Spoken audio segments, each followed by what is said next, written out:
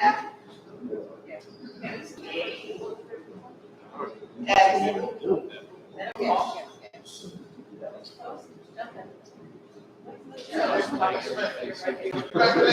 small. It's small. A lot of the biggest thing right here.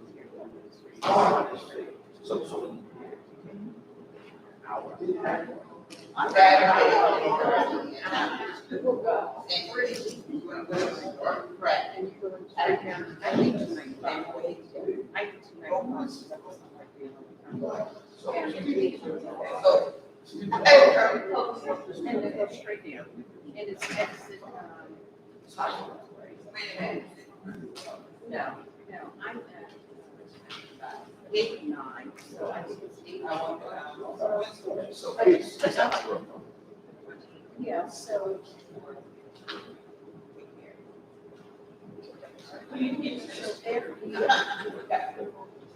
How much is it?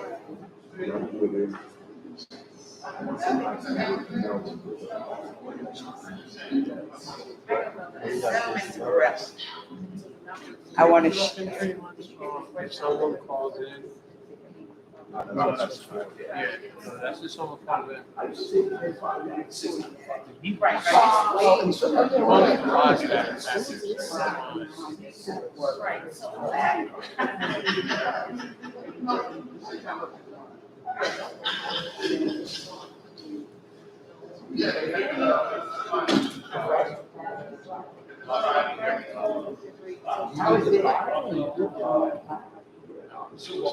Someone calls in.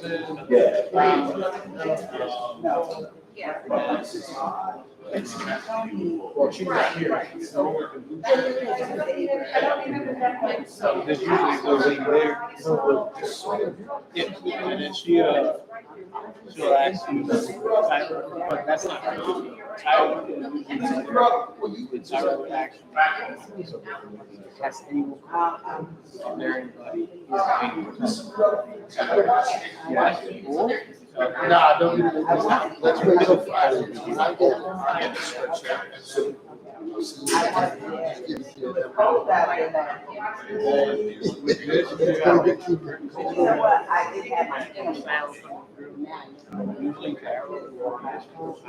I try to do it here.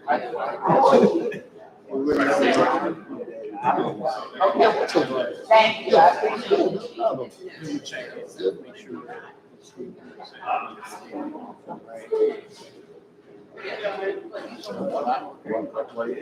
Yes. You will let me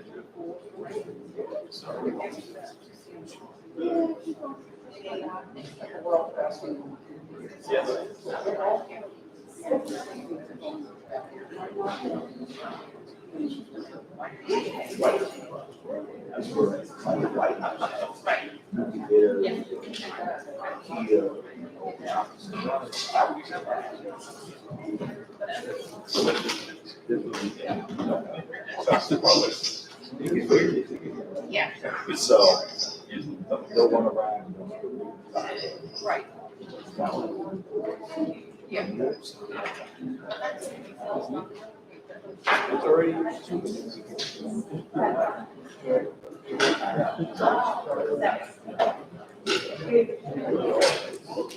Thank you.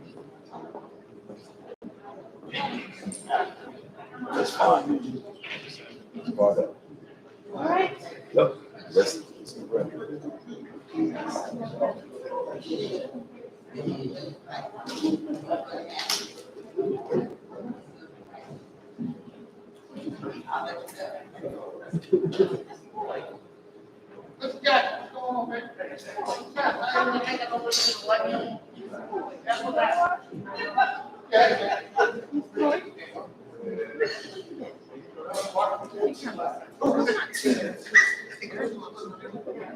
Look at that survey.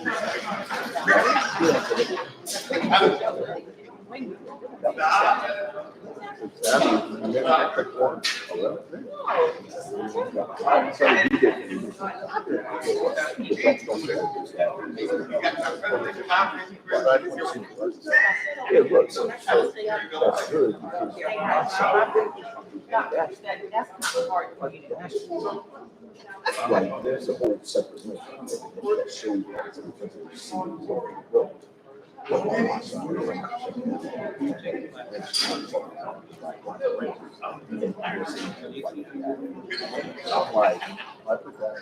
I'm gonna check it out. So I'm glad a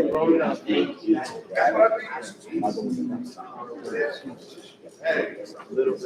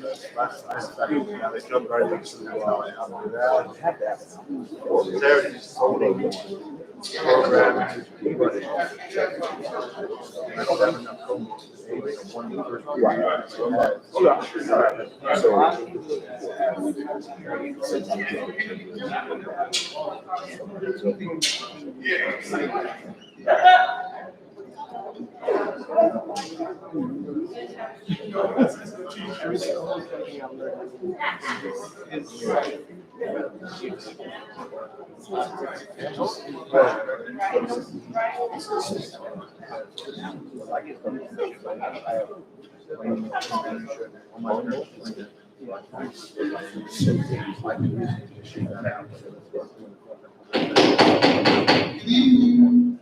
Good evening, everyone. Good evening, everyone.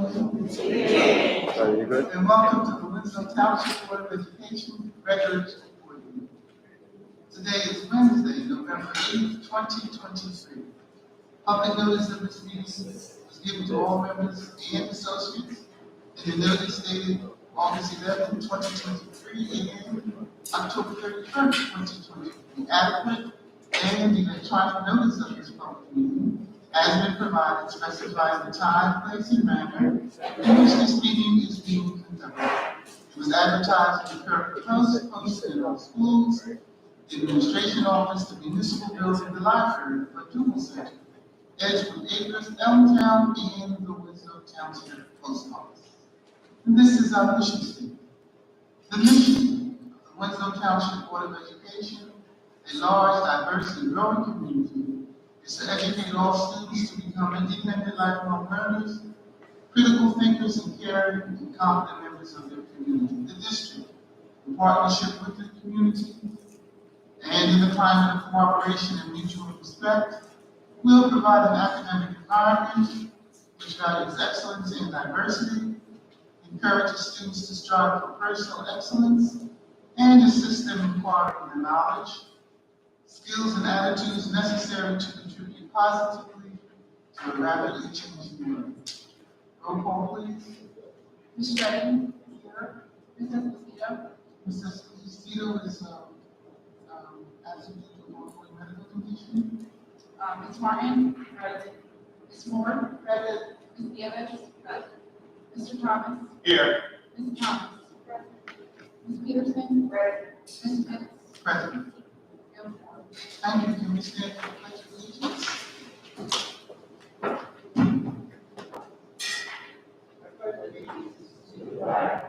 United States of America, to the republic which stands one nation under God, indivisible, with liberty and justice for all.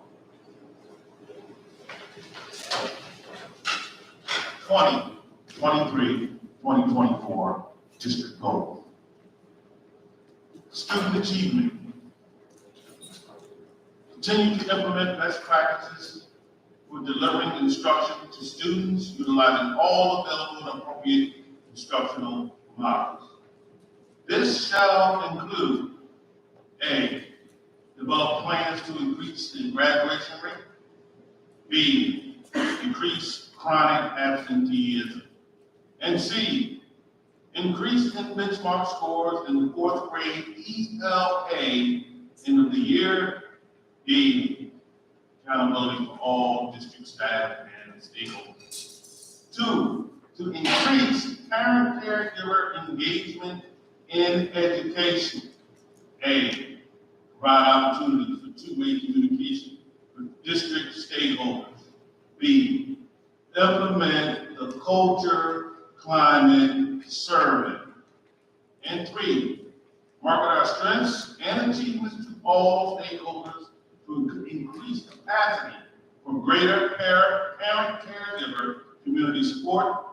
A, work with the Communication Consortium. B, continue with our public relations and marketing plan. C, continue to work with the various advisory committees in the district. And D, focus on refining our communication methods and messages to better market our school district. Thank you, Mr. Thomas. Moving down, page 2, awards and presentations. Dr. Montiel.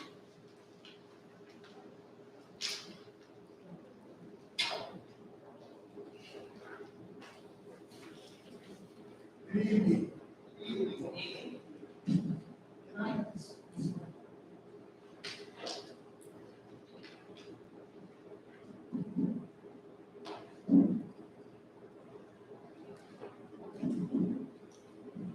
Good evening again, everyone. Members of the board and community, tonight we have a very important presentation for everyone. I will be presenting the spring 2023 New Jersey Student Learning Assessment Results. It's very important because it also gives me an opportunity to discuss student achievement, academic achievement throughout the district. Now, this presentation, of course, is going to be broken down into different segments. And first, we're going to start off with the fact that each parent should have received a copy of their child's student assessment results. Now, this is just a sample. And for those of you parents who receive your child's assessment results, I'm going to just step over here just to give you some idea of what it is the parent receives. Now, this is a sample copy of the student report. Thank you. This test, of course, for assessing language arts literacy and mathematics. This is a copy of the language arts literacy. Now, this particular student, you will see that they scored pretty high. It was performance level 4. The sample tells you that there are 5 different levels. You have level 1, level 2, level 3, level 4, and level 5, which I will be explaining to you as we go through the slides. It also tells you how the child ranked, not only by the state, by the school, and the entire school district. The next part of the report that you should have received, it tells you what were the components of the English language arts assessment. You have the reading component and the writing component. It would also indicate what how your child scored, again in comparison to the state, the school district, as well as the school itself. And the same thing for writing. If you have any questions, I ask that you wait till the end of the presentation. I'll answer any questions you have. Moving forward, the first part of this presentation is English language arts, and this is the district's performance. And we're going to compare the district's performance with the state's performance, all right? To see how well the school district did in comparison to the state of New Jersey. As I stated, each of the areas are broken down by level. Members of the board, you should have a copy of the presentation packet. The first level, and there's a lot of information. I'm not going to go through every slide. This presentation will eventually be on our website, so you can go back and review. But the performance assessment is broken down into 5 levels, as I mentioned. Level 1 did not yet meet expectations. Level 2, partially met expectations. Level 3, approach expectation. Those are the people pretty much right in the bubble. Level 4, meaning those are the students who met expectations and ready to move on to the next level. And level 5, meaning that they exceeded expectation, meaning above grade level. And as we go through each slide, you will see now for this particular category, grade 3, Winslow Township School District, grade 3, the state of New Jersey. All right? So, as you go across each category, for level 1, Winslow Township School District, 26.1% of those students were at level 1, did not yet meet expectations. At the state level, 20.7 students did not yet meet expectations. Level 2, partially met. 15% of the students in 3rd grade in Winslow Township, 14.9% in the state. Level 3, 19.6% were approaching in the school district, 22.5% approaching at the state level. Level 4, net expectations. 35% of the students in Winslow Township grade 3 met expectations. 36.7% of the 3rd graders in the state of New Jersey met expectations. Level 5 exceeded expectations. 4.3% of the 3rd graders met expectations. 5.3% of the 3rd graders in the state met expectations. Total met or exceeded expectations. That is a combination of level 3 and level 5. 39.3% of the students in Winslow met or exceeded expectations. 37.6 plus 5.3% of the state, for a total of 41.9% of the students, 3rd graders in the state of New Jersey, met expectations. All right? 4th grade. Same categories, so I don't want to go through each one of them. So what I'll be doing is just going to the last 2 areas of expectations. Met expectations or exceeded expectations. 4th grade. 33.1% of the students in 4th grade for language arts literacy met expectations. State of New Jersey, 51.3% of the students met expectations. Okay? 5th and 6th grade, grade 5, Winslow Township School District, 28.5% of the students in Winslow met expectations. 53.3% of the students in the state in grade 5 met expectations. Grade 6, Winslow Township, 26.4% of the students in Winslow met expectations. 49% of the students in 6th grade met expectations in the state of New Jersey. Grade 7 and 8, again, 38.5% of the 7th graders in Winslow Township for language arts literacy met expectations. Grade 7 in the state, 55.7% met expectations. Grade 8, 38% met expectations. In the state of New Jersey, 55.3% met expectations.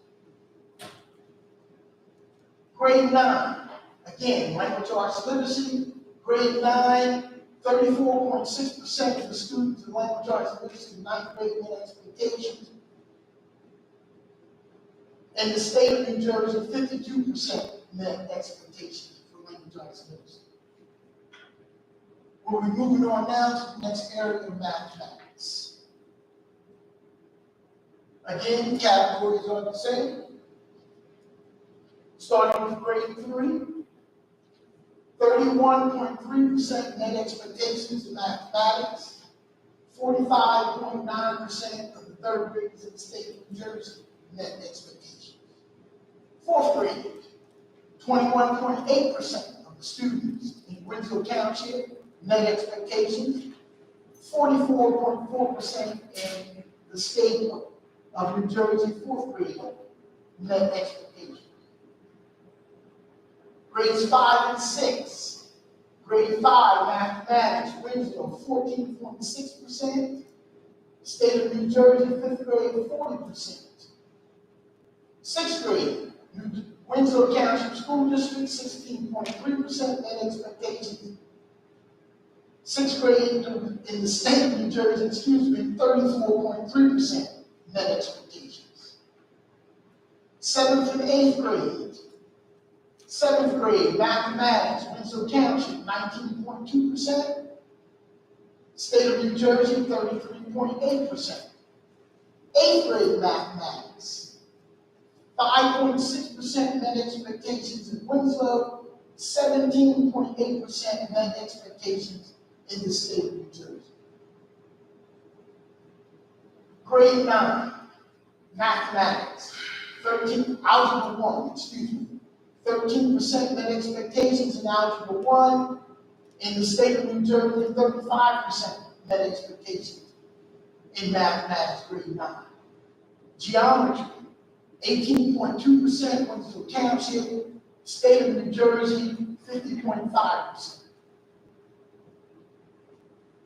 School performance. Now, this particular category will do a comparison by school. School number 1. Let me just explain this chart for you because all the charts after this will be the same. School 1, first we tell you the number of students that were tested. For example, school 1, there were 72 students tested. School 2, 63 students tested. School 3, 88 students were tested. School 4, 103 students were tested. Again, going across, 33% of the students at school number 1 met expectations. 28% of the students at school number 2 met expectations. 42% of the students at school 3 met expectations. And 48% of the students at school 4 in language arts and literacy met expectations in grade 3. Mathematics, grade 3. School 1, 27%, school 2, 26%, school 3, 31%, school 4, 36%. Language arts literacy, grade 4, 30% met expectations, school 6, 35% met expectations. Grade 4 mathematics, school 5, 24% met expectations, school 6, 20% met expectations. Language arts literacies, grade 5. School 5, 32% met expectations, school 6, 12% met expectations. Mathematics, school 5, 18% met expectations, school 6, 12% met expectations. Language arts literacy, grade 6, school 5, 31% met expectations, school 6, 22% met expectations. Mathematics, grade 6, 16% met expectations at school number 5, 17% met expectations at school number 6. 7th and 8th grade, language arts literacy. 7th grade, number of students tested, 38% met expectations or exceeded, Grade 8, 38% met or exceeded expectations. Mathematics, grade 7 and 8. Grade 7, 20% met expectations. Grade 8, 6% met expectations. Algebra 1, middle school, which is 8th grade, 41% met expectations.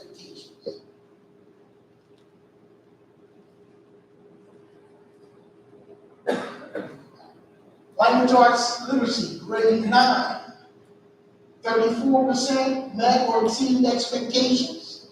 Mathematics, algebra 1, 13% met expectations. Geometry, 18% met expectations. Algebra 2, we had less than 10 students who were tested, so therefore there were too few students to report out. Graduation proficiency, English language arts. According to the state, 19.5% was not ready for graduation. 80.5% were graduation ready. Winslow Township School District, 22.5% not ready for graduation, 77.5% were ready for graduation. And since we only have one high school, right? In mathematics, at the state level, 45% not ready for graduation. 55% was ready for graduation at the state level. At the district level, mathematics, 67.5% not yet graduation ready, 32.5% were ready. Same numbers for the school. The next segment that we will be discussing, or I'll be reviewing with you, is the district-wide demographics breakdown. All right? Numbers again may be somewhat small. I'll go through the chart. Again, this will be available on the website for you. Then we have, of course, female, male, IAP 504, current ELL, former ELL, migrant students, economically disadvantaged or non-economically disadvantaged. Starting at the top, our male students, English language arts, 17% level 1, 19% level 2, 24% is approaching, 34% met expectation, 7 exceeded expectation, 41% of the females, language arts literacy in the district met or exceeded expectations. The male students, 29% met or exceeded expectations in English language arts. Let's go down to those young people who have IEPs or 504. If you follow the numbers across, 9% of those students with an IEP met expectations. 504, 22%. The IEP of our students, of course, who have special needs. 504 were the young people who get some additional services during the school year. All right? Current ELL, meaning students who are presently in our English language, English as a second language program, 7% of those young people met expectations. Former ELL students, meaning they are no longer in the EL program or graded out or tested out, 47% of them met or exceeded expectations. The migrant students, there were too few to report. Economically disadvantaged. The economically disadvantaged are normally those young people who qualify for privileges. That is probably the best way to identify those individuals. 26% of those young people considered economically disadvantaged met or exceeded expectations. Non-economically disadvantaged, meaning those young people did not qualify. 40% of those young people met expectations. Homeless. Among our homeless students, 10% of those young people met or exceeded expectations. Mathematics, same categories, female, male, IEP, 504%. 16% of the females, met or exceeded expectations. Of our male students, 18% met or exceeded expectations. Those students with an IEP, 6%, 504, 10%. Our current ELL students, 5% met or exceeded expectations. Former ELL, 33% met or exceeded expectations. Again, migrant students, too few to report. Economically disadvantaged, 26% met or exceeded expectations. And again, the non-economically disadvantaged, 40% met expectations. And among our homeless students, 10% met expectations. Ethnic breakdown. The ethnic breakdown, ladies and gentlemen, of course, is broken down by ethnicity. The Hispanic or Latino students, American Indian or Alaskan Native, Asian, Black or African American, Native Hawaiian, Pacific Islander, white student, or 2 or more races being our biracial students, right? Hispanic and Latino students, 29% met or exceeded expectations. American Indian or Native, Alaskan Native, 30% met expectations. Among our Asian students, 57% met or exceeded expectations. Our Black or African American students, 32% met or expectations or exceeded expectations in language arts races. The Native Hawaiian Pacific Islander, too few to report. Among our white students, 42% met or exceeded expectations. And our 2 or more races, 41% met or exceeded expectations. In the area of mathematics, the same ethnic background, breakdown. Hispanic or Latino students, 14%. American Indian or Alaskan Native, 30% met or exceeded expectations. Among our Asian population, 44%. Black or African American, 14%. White population or students, 31%. 2 or more races, 21%. Met expectations in mathematics. Access for English language learners. We provide a reader and test for those students who are English language learners.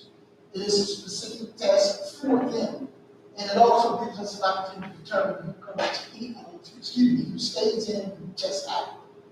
Now, these numbers, ladies and gentlemen, we're not going to go across, we're going to go down, all right?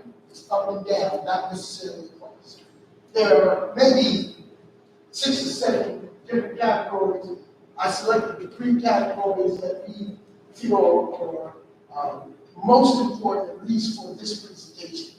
You have oral language percentage for who we're testing. You have the literacy category and comprehension. Now, the proficiency level, meaning this is where they are at some point in time during the course of the year.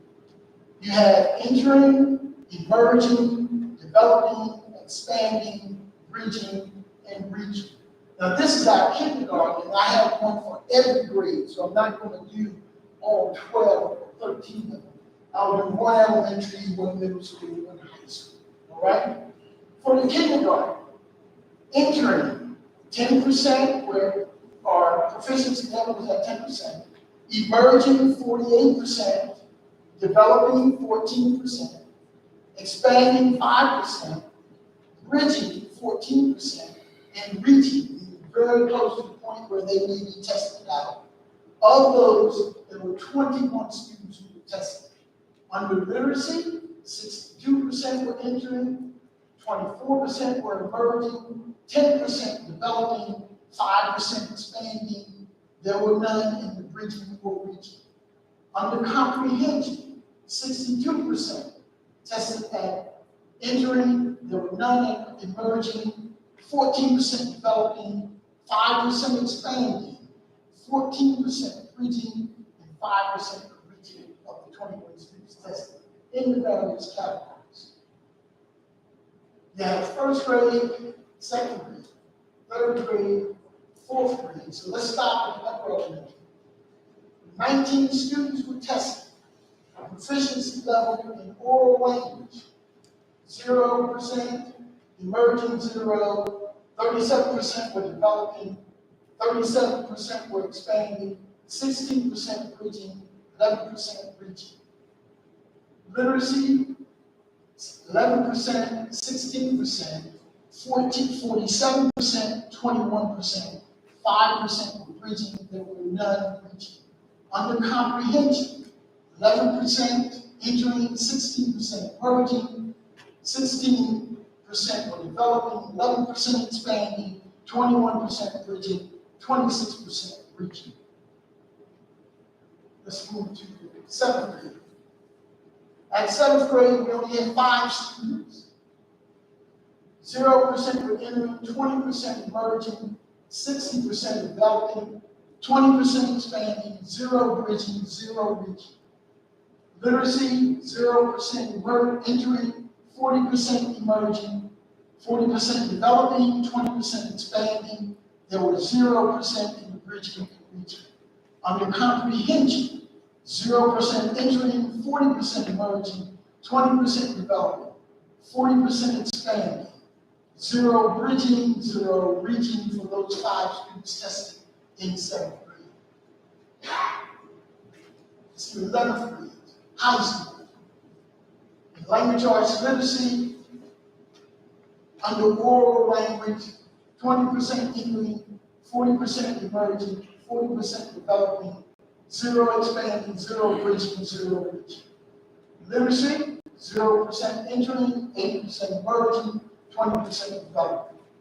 Comprehension, 20% entering, 20% emerging, 40% developing, 20% expanding, 0 bridging, 0 reaching, under English language learners, grade 11.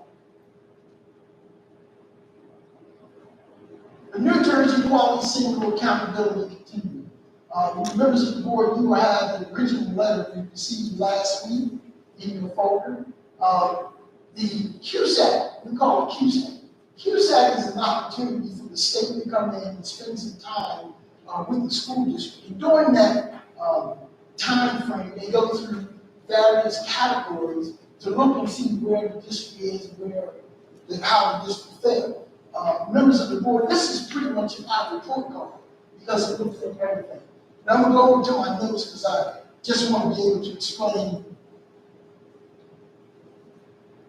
to everyone what are some of these areas that are covered. Right? Now, there are 5 areas that the state comes in and look at for us. The first one is instruction and programming. The second is fiscal management. The third is governance. 4th is operations. And the 5th is personnel. Now, under instruction and program, that's where we have our test scores and student achievement. We also have curriculum design and implementation, core instructional and supplemental resources, and graduation. 79% 3 years ago, because this occurs every 3 years. In 2020, we were at 79% as far as instruction and program. This year, 2023, again, we had instruction and program at 79%. We've hit that glass ceiling over the past 3 years. Yes, we had some learning loss over the years. Kids is covered, but we don't use COVID as an excuse. But we're still there. At one point, I thought we were ready to make that leap over because if you don't reach 80%, therefore the district has to put together an action plan, submit it to the state, and they will monitor to make sure the things that you say we're going to do to improve that area is being done. In the area of fiscal management, and I think that's pretty much self-explanatory, that deals primarily with our budget, our special revenue funds, our grant funds, health and safety, our facilities. We went from 95% in 2020 to 100% in 2023. Governance, policies and procedures, school board, make sure all of our policies are updated and followed. Employment, appointments, transfers, approvals, budget alignment, curriculum, meaning that you're spending your money to drive the curriculum. And student resources, so we buying or purchasing those things to support our academic programs. Under governance, we went from 81% to 100%. Operations, those things that make us move, our day-to-day operations, transportation, safety and security, nursing services, our student code of conduct, student attendance, comprehensive equity plan, and the district required reporting, which we have to report on a regular basis. Whenever they ask us to submit information, in operations, we went from 95% in 2020 to 98% in 2023. In personnel, of course, the individuals, of course, that we hire, but there are expectations. One, we need to make sure that our job descriptions are not only updated, but meet the specifications required by the state. Staff evaluations, make sure everyone in the school district is being evaluated. Professional development programs are in place to continue to prepare our teachers, our school schedules, and we have a district mentoring program. We had 95% in 2020. This year we have 100%. Most of the information that is required, we don't know exactly what they're going to ask for us. They will come in and just at random ask for things, or go in and just go through our information and just pull it. So at this point, ladies and gentlemen of the board and the community, this is our report card according to the state. Intervention strategies. Based on the information you heard tonight, you have to ask yourself, what are you going to do about it, particularly in the area of curriculum instruction? Well, before we get to the interventions, I want you to know the first day of school, which we haven't had an opportunity to do in quite some time because of COVID, we met in the high school auditorium, all the teachers, all the certificated staff, all the administrators, and we went over all the information I shared with you tonight. One of the things I personally want to speak with them about is, one, I know we have a lot of good teachers in the schools, and I know we have a lot of hard-working teachers in the school district. And I said to them, I can't ask you to work any harder. We understand that.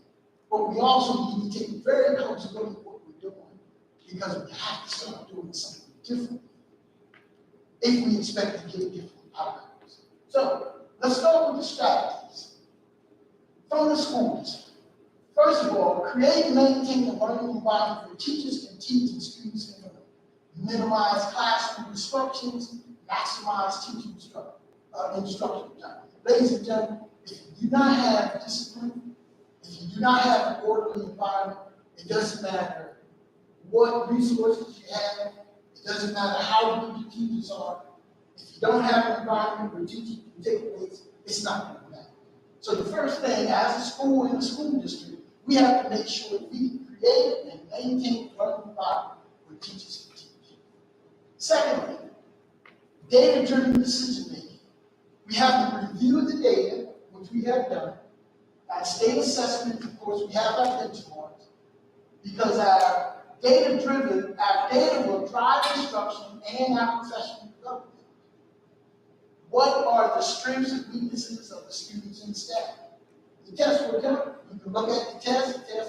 For example, I showed you early on, the language arts literacy was broken down into reading and writing. The test will tell you whether or not your child is doing well in either one of those areas. We take the time to look at that data and decide what are the kinds of things that are necessary for your child to become a better student. Also, we also look at the staff, the strengths and weaknesses of the teacher. Sit down, each of the principals met individually with each teacher. They look at their students' outcomes for last year, and we have to make those decisions as to whether or not this person needs some additional training in that area so that they can continue to improve their delivery of services. Professional development is based on that data. Ongoing professional development to ensure effective teaching in every classroom. Teacher trainers. This year we tried something different, particularly in the area of mathematics. 4 high school math teachers and 1 middle school math teacher going to the elementary school to support the teaching of mathematics.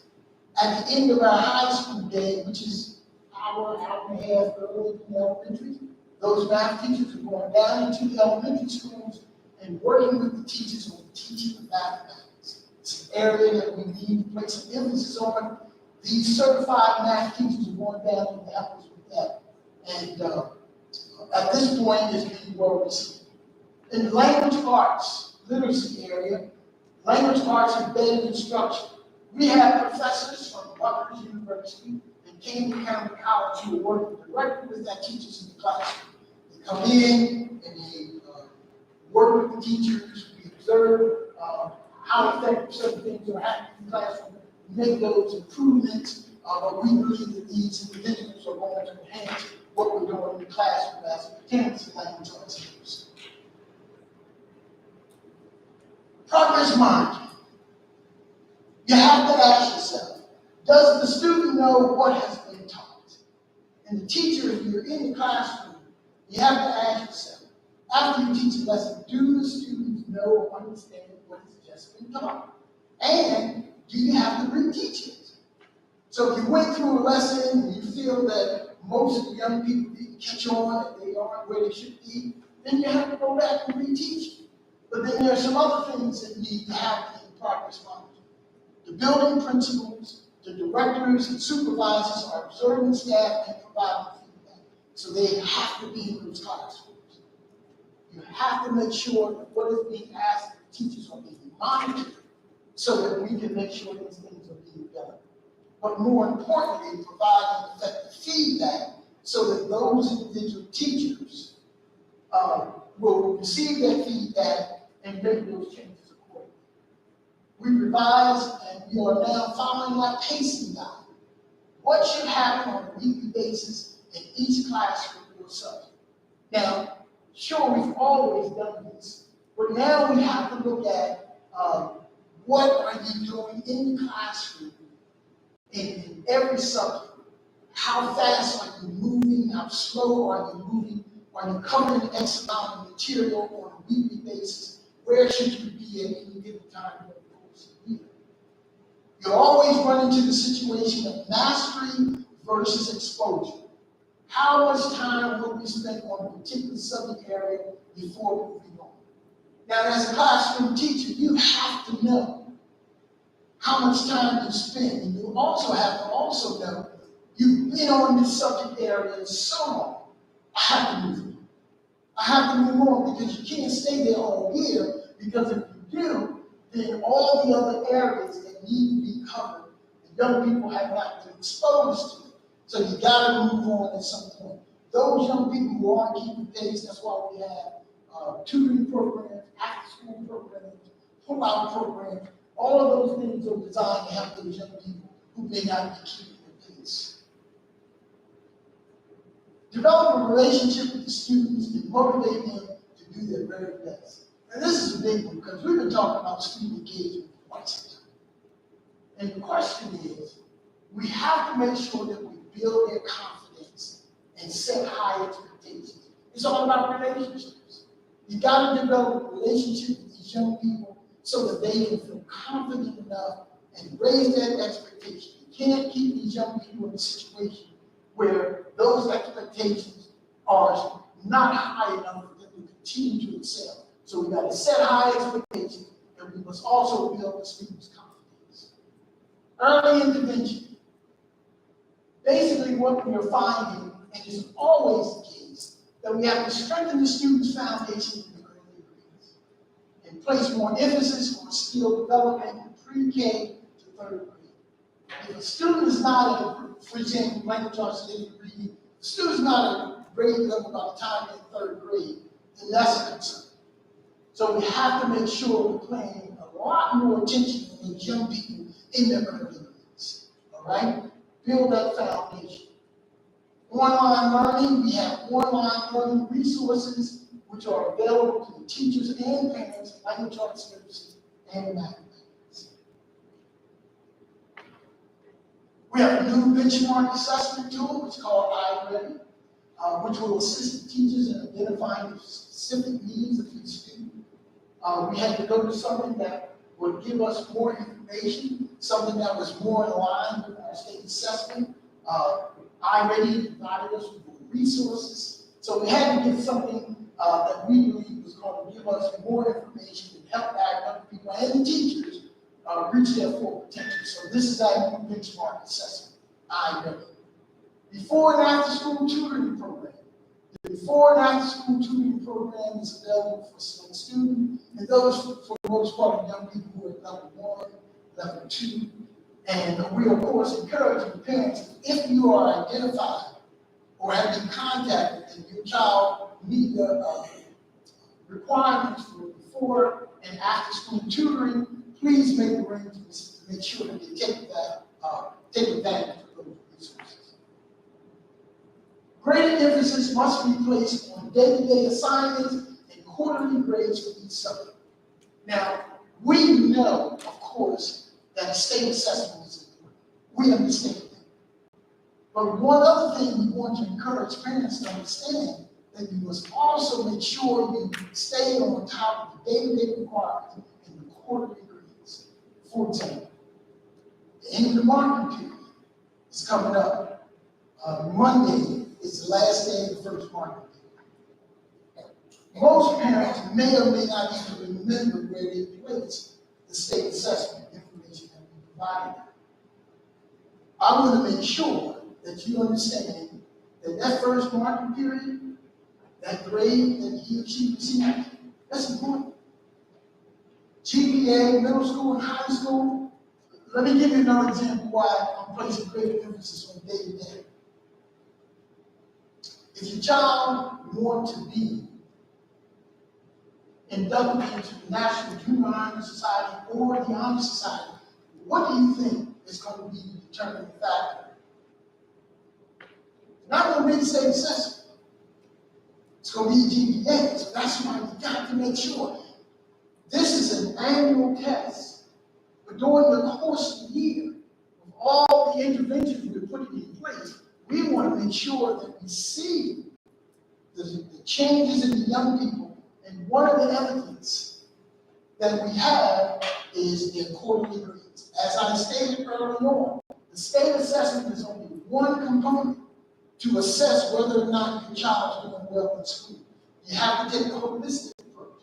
And one of those things that I'm saying to parents and to teachers, we still need to make sure that the day-to-day, we talk about short-term memory versus long-term memory.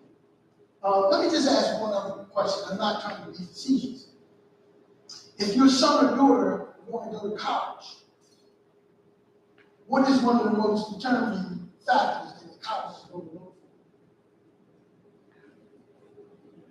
They're not going to ask you for your state assessment. They're going to ask you for the GPA. The reason you need to make sure, and I'm going to place more emphasis on it, the day-to-day responsibilities, getting that homework, taking those tests, getting the good grades, because this GPA is a better determining factor. All right? Intervention strategies, very similar to what I said last year for parents. Develop a partnership relationship with the teachers to increase student learning. Send your child to school prepared to learn. Make sure your child studies and complete homework assignments. Support your teachers and hold your child accountable for their actions. Attendance, send your child to school every day. Of course, if you're sick, we ask you to stay home. The reason we want to develop a relationship and partnership with you, because where we want to get our young people in the state assessment and anywhere else in terms of academic achievement, we have to make sure that we're doing it in a partnership relationship. We have to make sure we're working together. Monitor your child's progress. Of course, parent portal, those quarterly grades, homework assignments, attendance, etc. Support your child by attending back-to-school nights, parent-teacher conferences, and school events. Ladies and gentlemen, that concludes my presentation, and I'll take questions.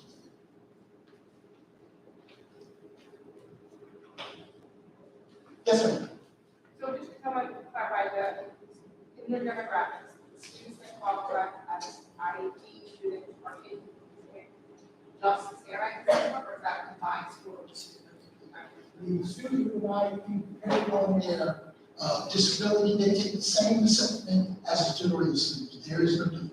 So, but that, those school students that are combined between general assessment and GSL and academic assessment, right? No. Yeah, those are separate. Yes. Yes. So they're not adequate. No. We have two separate tests. The first set, of course, that was the state assessment. The students with an IEP, and the 504, or whether they're ELF, they have to take the same assessment. All right?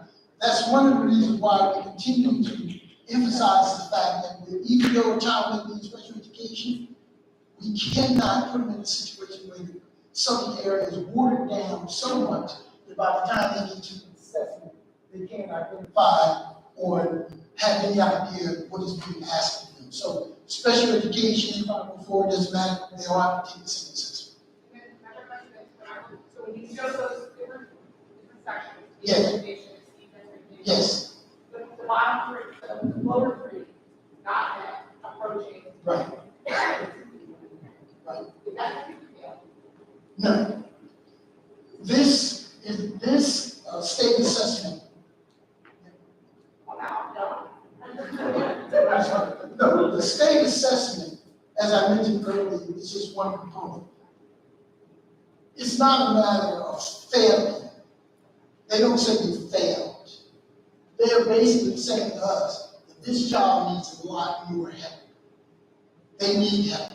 And then for those who are just a little better at level 2, we still need to make sure we provide them with help. That's why I mentioned earlier that those young people at the lower spectrum, 1 and 2, they're the ones that are identified for before and after. not No. very large percentage of our, as the majority of our students, fall in those lower three categories. Yes. The categories that I would say about 50%, because if you look at approaching the third category, those are the young people that score in the book. All right? So if you add those third category with the levels 4 and 5, it's usually turns out to be close to 50%. So it's like 50% is pretty much where they should be, and there's 50% of the students who need additional service, some more than others. All right? Anyone? Yes, ma'am. I know, I was So, Dr. Matee, according to the state scorecard that we talked about, in that instruction and program number, you're stagnant, right? I'm sorry. It's stagnant. You were 79% in 2020, Yes. 79% in 2023, right? Yes. So, you mentioned that there had to be an action plan required Yes. for that. So, can you maybe highlight what was done in the 2020 plan and accomplished versus what you've done in the 2023 plan? Highlight the differences for us. Well, in 2020, the test scores were pretty much similar.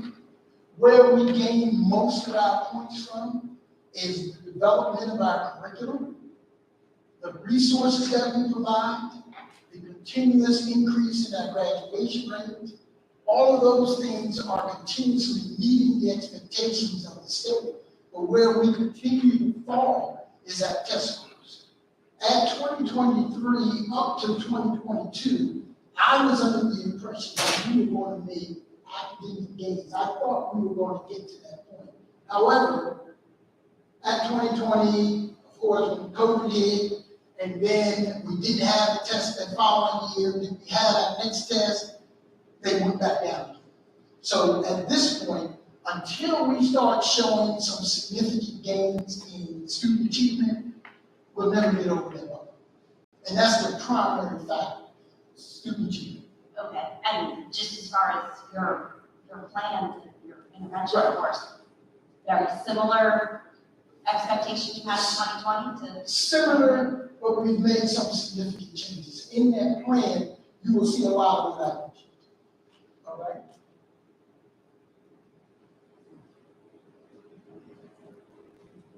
Anyone else?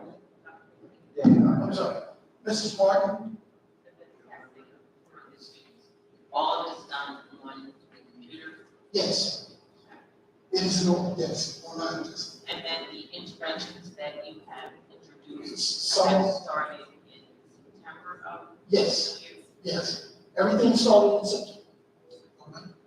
Dr. Matee, tracking that intervention on before access to tracking these. Yes, and one of the things we're finding out is that many of those students who were identified are not taking advantage. The parents aren't taking advantage of the tutor. let's say, for example, let me give you an example. This summer, we identified maybe 150 students for our summer program. Maybe 50 showed up on a daily basis. Our before and after tutoring program that we've already set up, about half or more have not signed up for the before tutoring or after school tutoring program. Now, there are a variety of reasons why parents have decided not to allow their child to participate, but that's one thing that we want to continue to emphasize, because they have to take advantage of those services, because if you don't, then that also slows down the progression, because those young people aren't getting the extra help they need. Yes? For your intervention strategies, from 2020 to 2023, Yes. how are we measuring the success rate of the teachers in the interaction of what they're supposed to be doing to gain a momentum to get these scores up for our children? And regardless if they are test scores are used for going to college, it's still putting us in the limelight of having real test scores out there. Right. And as far as we are concerned, the teachers, administrators, we are aware of that. And it's our responsibility, I take full responsibility for increasing those test scores. So this year, of course, when we met at the beginning of the school year, we asked the teachers what is it that they need, what do they feel that they have to have in order for us to improve those test scores. We went back and we revised our testing, our pacing guide, providing those additional services, bringing people into the classroom to assist them. We're doing all the things that we feel is going to hopefully help us make those changes. So from 2020 to 2023, so we had year 2021, year 2022. So in those 2 years that were not being tested, in 2023, am I saying this correct? Yes. Okay, Yes. so within 21 and 22, was there anything measurable to show that there was a momentum to prepare the children for the state exam for the next time? Well, Those 2 years, yes. yes. We use our benchmark assessment. We have our own benchmarks. Benchmarks are done bi-weekly so that you have an idea of where the young people are progressing. We may see some progress, but then at the end of the school year, when we take the test, the progress that we saw did not necessarily pan out. That's why we changed to another benchmark assessment, something that is more similar to the state assessment, to give us a better idea, a realistic idea of what that progress looks like. And we will continue to do whatever we have to do to get to where we need to be. So I have one last question. Yes. So 2021, Right. you saw there was no momentum, or if there was no momentum to successfully prepare for 2023. What was the action plan to fix or correct that wasn't put in place so that as each year goes by, the kids are progressing and not staying stagnant? Because we don't want to keep seeing the numbers the same. Exactly. We, well, the Q stack, what we're trying to say, so the action plan that we put in place at 2020, those strategies were in place, we continue to use up until this point. Now, each teacher is responsible for going in to that classroom every day, working with those young people, and measuring through our benchmarks whether or not that child is showing progress. What I'm finding is the amount of effort that we're putting in and all the work that we're putting in is not showing up. So the work ethic is not showing up as far as the outcomes. So that's why we, again, met as a school district and talked about where we are. We've hit that ceiling and why aren't we progressing? Of course, the cliche is you can't continue to do the same thing and expect different outcomes. So we're changing our approach, and hopefully this year we'll see some gain. Just because I do think, I want to clarify though, there was no state assessment in 2020. No, that There was no assessment, the next assessment wasn't until fall 2021, correct? Proposed, when did the new year start strong, right? Start strong, I think it's 2022. Right. But This is really based off, this two-sex score really was based off of 2 years of state assessment. pretty much, yes. But there was no Yes, yes, that's right, that's right, that's right. So just, I know we're stagnant, and I don't want to like, No, you're put that down, but just to be fair, like, we are only really looking at 2 years of Yes. NJSLA schools. yes, yes, you're correct. 2022. 2023, yes, you're right. They don't think they had Start Strong, while it was similar, didn't have like this kind of, it was more caged that determine the gap between what was taught prior to COVID and where the students were. Right. Right. But it is fair to say that we feel like we had 2 years, not necessarily. And the virtual instruction, of course, is And not. every district is doing this, and I don't want to, again, not letting COVID, Exactly, right. No, we don't. And, you will see that there are, a decline, not only here for us, not that it makes a difference because we are living at home, meaning what someone else doing somewhere else doesn't have anything to do with what we're doing here. But yes, not only here, the state, across the country, there was a learning loss decline everywhere. We were at that point where we thought we were going to get over that hump. Unfortunately, we didn't. All right? Yes, sir.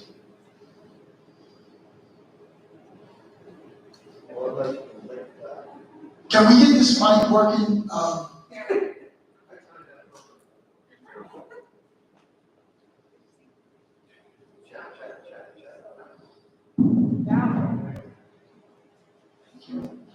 First, thank you for providing this comprehensive review of the test scores and taking the time to answer questions from the community. It certainly speaks to your receptivity to community feedback, so I think that's very important. From what I reviewed in those statistics that you shared, specifically about the 4 levels or 5 levels, was it, of NJSLA testing? Yes. 4 and 5 means that the students are At in grade level, or at grade level, and ready to move on to the next grade, 4 and 5, yes. 3 is, as you said, they're on the bubble, they're close. To go either way. Gotcha. And 1 and 2 are very far behind. Those individuals need all the additional assistance we can provide. And in most cases, those are the individuals we have identified for the additional services before, after school, pull-out programs, whatever it is we find available or we can put in place to help them jump in. Excellent. So from my review of what we shared numbers-wise, there was no grade that were the tested areas, which starts in 3 3rd grade, and ends in 12. 9th. Thank you. So from grades 3 to 9, was there one grade level that met the state expectation or standard in ELA and math? I think the closest was 3rd grade at 40%. But the answer is no. No, yes. Last year, the students in grades 3 through 9 in ELA and math, did any of them meet the test standard for the state?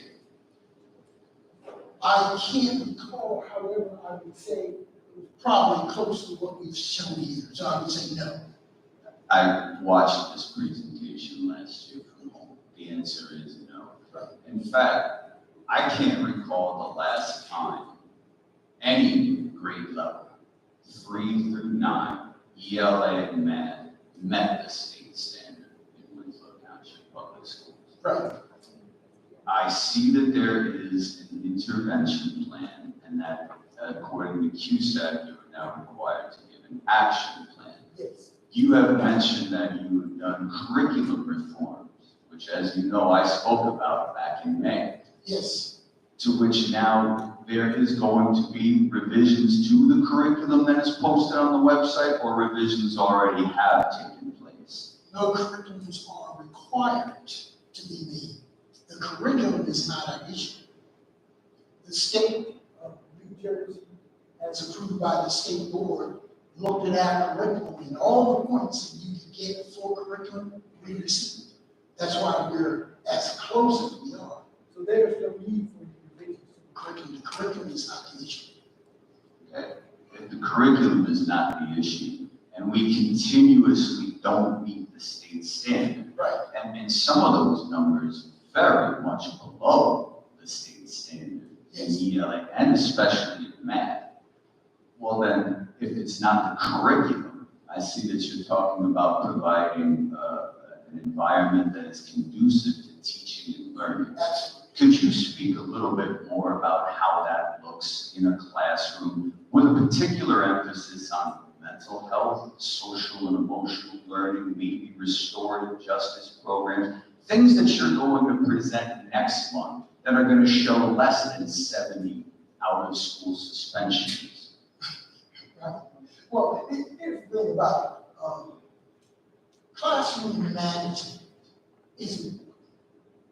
Now, we as a school district are getting more and more young people who need additional services. We're getting more and more young people at a younger age who are causing some disturbances in the classroom for one reason or another.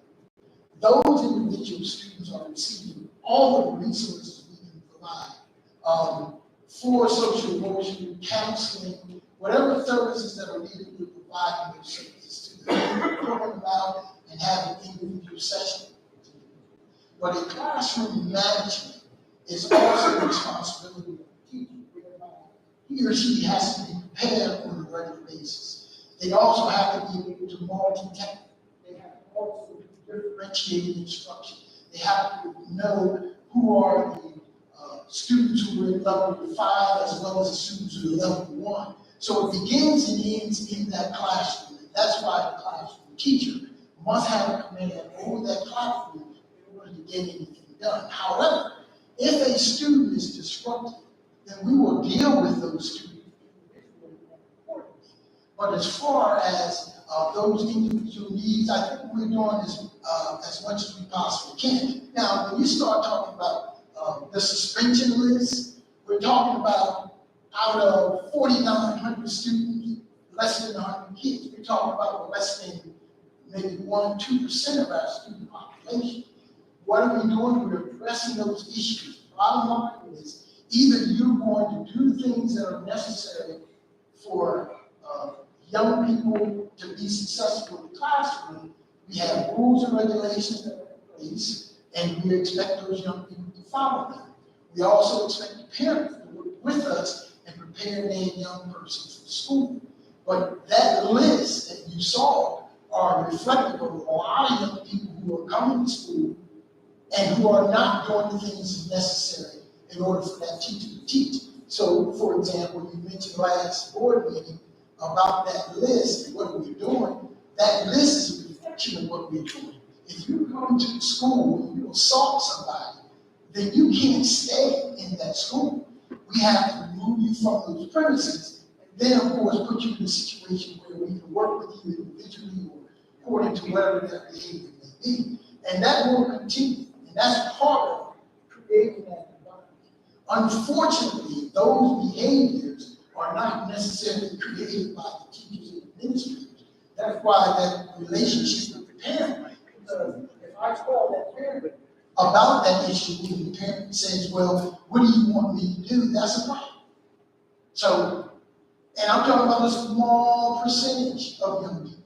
The overwhelming majority of the students who attend our schools do what is necessary in order for them to be successful. But let me just say this to you, because I understand about the test scores, and I understand the need to improve. But I don't want you to think, board members, and those of you here, we are not a failing school district. Okay? We're not a failing school district. For example, for all of the parents who are at home who are listening, and the thousands of young people who graduated from Winslow Township High School who are doing extremely well and who have attended some of the most prestigious colleges in the country, and those young people who are being represented in nearly every college in New Jersey, this is not necessarily reflective reflective of the successes that we had upon graduation. Let me just say this to you. This past year, we had 270 seniors in the graduating class. 267 of those young people graduated. More than 50% of those young people went on to college. Their assessment scores, as you mentioned over the years, those young people were a part of those assessment scores. But that was not the determining factor as to whether or not they were going to be successful. It was not the determining factor. Just like in any case, standardized tests are not necessarily the determining factor for success for a person's future or their career. We understand that test scores are important and we want to continue to do what we have to do. But ladies and gentlemen, if the board allows, at some point, I can come back to you and talk to you about the successes. And I can come and talk to you about how our young people are competing in every area, academically, extracurricular, in every area. So I know there are families out there over the years, thousands who graduated from Winslow Township High School and who are doing well. Yes, test scores need to be addressed, and we're going to do what we have to do. But that does not necessarily mean that by the time they become seniors, that we have children who are just totally unprepared to go on and continue their life. So I'll deal with test scores, but I will not allow anyone to say or think that we are a failing school district and our children just aren't successful. Because the colleges and those youngsters who are leaving here, starting their own businesses, etc., they're not letting them in just to let them in. They are meeting the requirements. Our curriculum and the courses that we offer are competitive. And our young people are going to college and they're not going into remedial classes. And I know many of you who have had children go through the school district and are doing extremely well. So we're not a failing school district. I didn't ask you. But I do want to ask a question. Okay, well, hold on a second. I know you didn't ask, but when you did ask the question, the assumption was the history of low test scores. Sure, we understand that. But the history of the test scores is not a determining factor as to whether or not the children in this community are successful. Go ahead, Dr. Well, what you said that an action plan now has to be enacted because you scored 79% on curriculum and instruction as part of it. No, the action plan is because you score lower than 80. In any category, if you score lower than 80, whatever it may be, you must produce an action plan that submit to the state. Yes. I understand. So Yes. clearly, according now to NJQSAT, Yes. we are not meeting the state standard for instruction and curriculum, correct?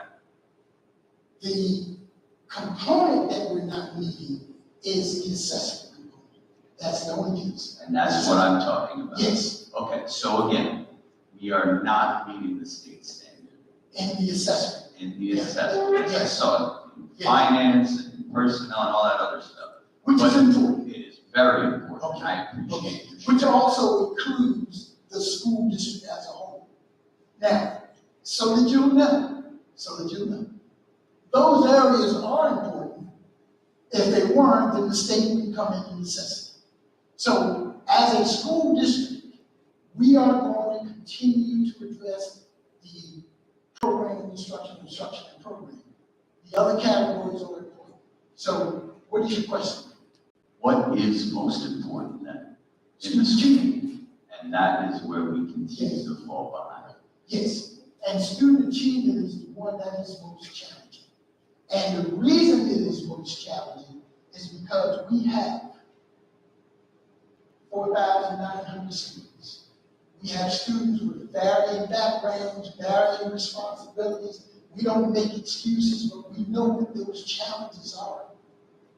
And we're going to continue to address those challenges. There's no way around it. So we know it's important. But I just want to continue to emphasize, as the state said in my opening statement. This is just one component in determining the success or academic success of your child. Just one. It is not the whole or the total area to determine the success. We must continue to look at all the other areas that we assess our children. And one of them, and I continue to say, day-to-day, quarterly grades, GPAs are important. And you must make sure it's important. Now, from a personal perspective, it's not any different here than it is other places. Because I know a young lady who just graduated from high school, submitted her information to college, and the colleges, for the most part, say to you, well, the standardized tests are optional.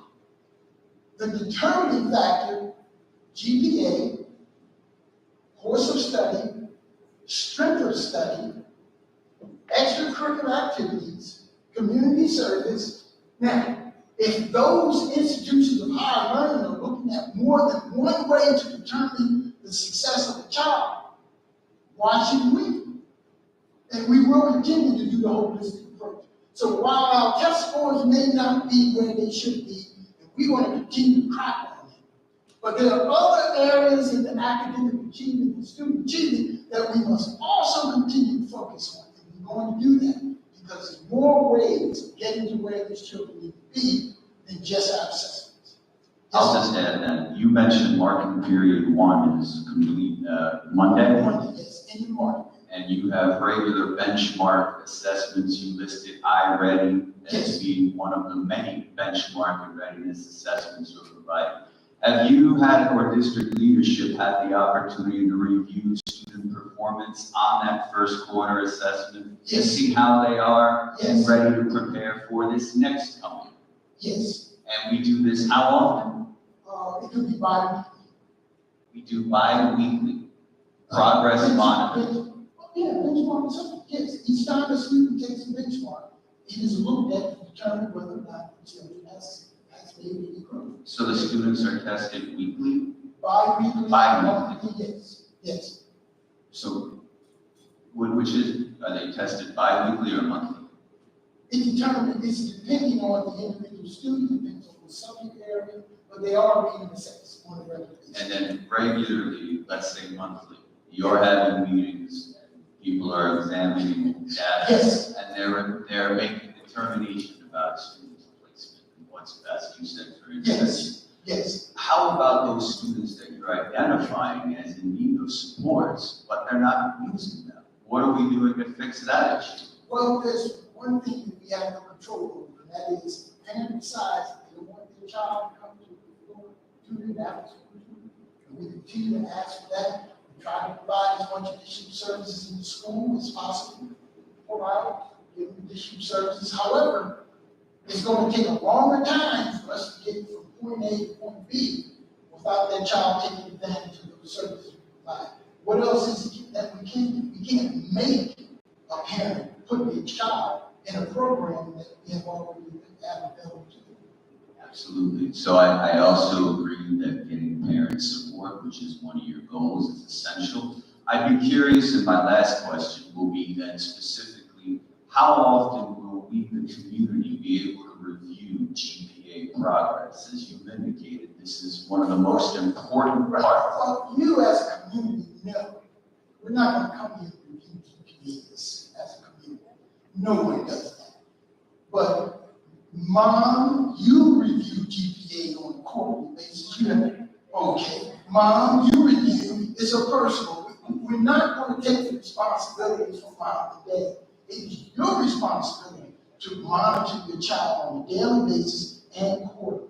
If you see some things, that's why that engagement is important, then you need to call that teacher or that principal and say, based on this information, I'd like to have a meeting with this teacher, that teacher, or call the teacher directly, email, whichever way you work out to communicate. Those things are done on a regular basis. But no, we're not going to do that for the community. Here's, and again, as a parent, I don't expect the school to call me and deal with me on a regular basis. It's my responsibility to stay on top of my children. to make sure they're doing what is necessary.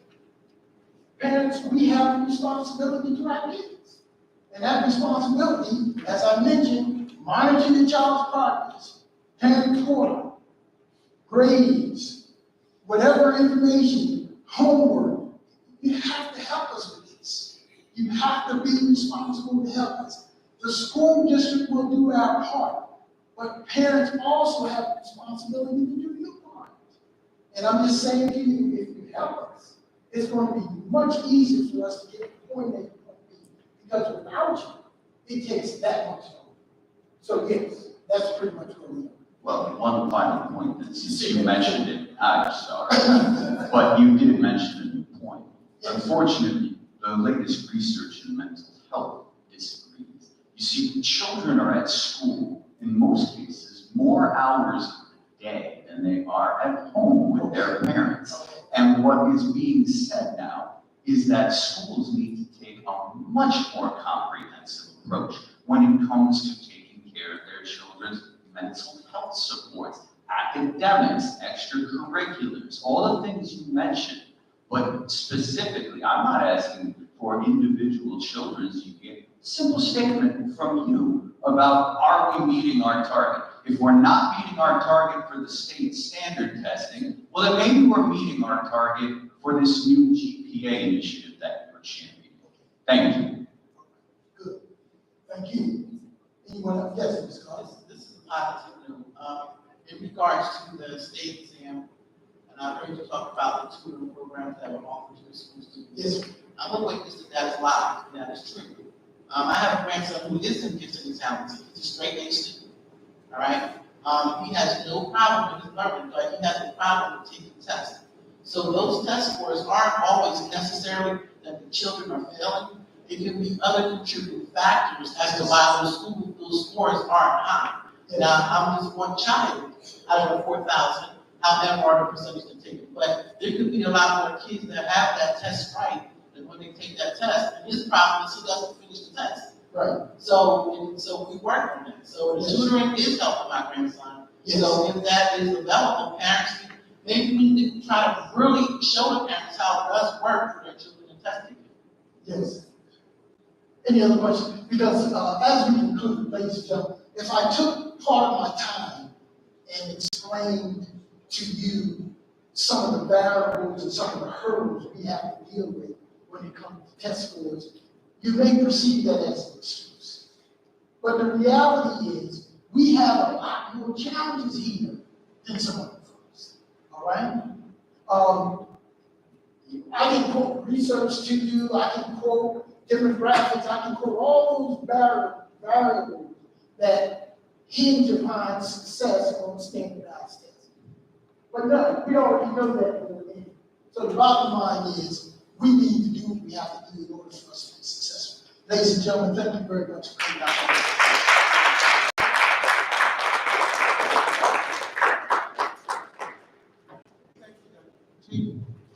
Board members, we're back on our agenda, page 2. Good evening, Mr. Long. At this time, I'm asking, would there be any correspondence? At this time? Thank you. Board members, at this time, I'm asking for a motion to approve our minutes of the Board of Education meeting, which was held Wednesday, October 25th, 2023, open session. Is there a motion? Motion to approve the regular meeting minutes from Wednesday, October 25th, 2023, open session. Second. Moved by Ms. Nieves, second by Ms. Moore. Any comments or questions? Hearing none, roll call, please. Ms. Brennan? Yes. Ms. Martin? Yes. Ms. Moore? Yes. Ms. Nieves? Yes. Mr. Thomas? Yes. Ms. Thomas? Yes. Ms. Pearson? Yes. Ms. Fitz? Yes. Motion is carried. Thank you. Moving down to our committee board reports. Would there be a report out of our athletic committee at this time? Not this time, Mr. Thomas has some information about our sports. Yeah, just some quick points that our football team, once again, is doing the South Jersey Championship this week at 6 o'clock Friday night. Tomorrow night, we have a field goal kicker that's keep breaking records. And a wide receiver is putting on breaking yardage records, where it's now open up for fall winter sports. Anybody doing winter sports, women's basketball, men's basketball, it's open for recruitment, and we just want our kids to know that we support them and we're behind them 100%. Every avenue, every effort that they strive to do. Thank you, Mr. Thomas. Can I ask you a question? Sure. Were you at the football game? Absolutely. And if I were to call you or ask you to text me and give me the score, would you tell me who won, or would you just? Absolutely. Or would you just give me the score? I will give you whatever you ask me for. So if I text somebody, and I knew they were at the game, and they just said, like 49-7, is there an important piece of information that's missing out of that? Yeah, who won? Yeah, that was my question too. Thank you, Mr. Thomas. I know you got that answer. You're welcome. I'm hoping the board members are all open to learning. And it was very, very cold. I was trying to be close.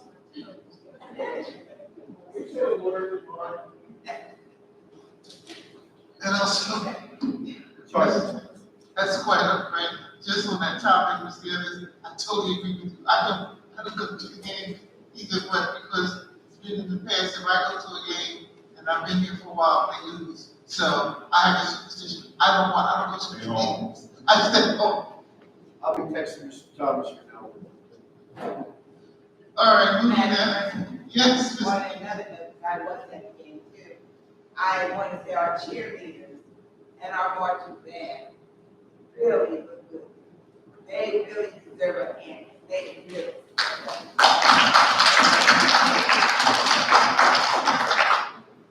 All right, doing it together. Winslow winning, and Mr. Thomas? That's what I said. Okay. Moving now, will there be a report out of our education committee? Thank you. Will there be a report out of our operations committee? Not at this time. Thank you. Will there be a report out of our marketing committee? There is a report, and I apologize for not being in writing, so I will submit it. Okay. We met on November 1st. In attendance were Mr. Nieves, Mr. Davis, and myself. One of the names for myself. So one, we wanted to give kudos to administration for the postings on the website and the Facebook page. It's evident that things are changing.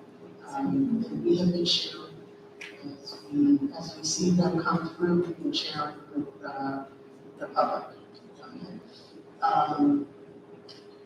The consortium, we had suggested previously that we use other social media. We wanted to have that come up in any of the meetings, and also long range versus short range plans for using the consortium. And so if you have an update on that, we would appreciate it. I am not prepared to give you a detailed explanation. However, the person's parallel, excuse me, had an emergency, family emergency, so we haven't been in the past couple weeks. However, we do have some plans in place for short-term and long-term for the website. So I don't have any new information, but I will say that yes, and I can provide that information to you. Okay, thank you. We also wanted to ask about the survey, and I just heard today that the survey is just about ready to be activated. I'll be reporting on that in information. Okay, I wanted to ask you though, if we would be able to see what the survey, what kind of questions, whatever. No, not unless you are taking the survey, you will not be able to see. Everything is basically anonymous. Once you take the test, that information is collected by 5-star. We don't see anything other than the results. For example, question number 1, 48% said yes, 60 whatever percent said no. That's the only thing we will receive. We have no control over that information. But no, unless you take the assessment, you will not have access to it. Okay. Yeah, I wasn't asking for access, just even if we could get what the. Well, I did provide you some sample questions maybe a couple of more meetings ago where there was a 1-page, do you recall me giving that information? No, I don't. Okay, well, I can get that to you so you have some idea, Mrs. Moore, of what some of the questions may be, but other than having access to the exact questions on the survey, no. Thank you. Ms. Danvers, you want to talk about the chat with the board members? Yes, so we do have the virtual chat with the board members scheduled for this Tuesday, November 13th at 7 p.m. As of right now, for myself, Mrs. Moore, and Mrs. Pitts attending, so we have one more board member. Excuse me, I think it's the 14th. Tuesday. Tuesday is the 14th. Oh, that's not Thursday. Okay, perfect. They're also on. All right, so it is Tuesday. 7 p.m. Besides, the department will handle the WebEx and that'll be on the website and social media. Again, in terms of myself, Ms. Moore, Mrs. Pitts, one more board member is welcome to do that. We're looking at a specific focus in regards to our second goal position, which is parent engagement. Just want to remind the community of the format. Again, it is open dialogue. We're on the two-way communication. I know myself, I don't want to spend a lot of time speaking because we want to hear directly from the community. It's also not going to be forum for personal grievances per se. We're looking at suggestions on how to increase parent engagement, so therefore we can increase those types of groups. So any suggestions the community have will be welcome in that respect. And again, that link should be live on the district website and distributed on social media as well. And that's all I have for the chat. Thank you so much, Ms. Nieves. I would just like to put a tag on that and say, parents matter. Parents matter.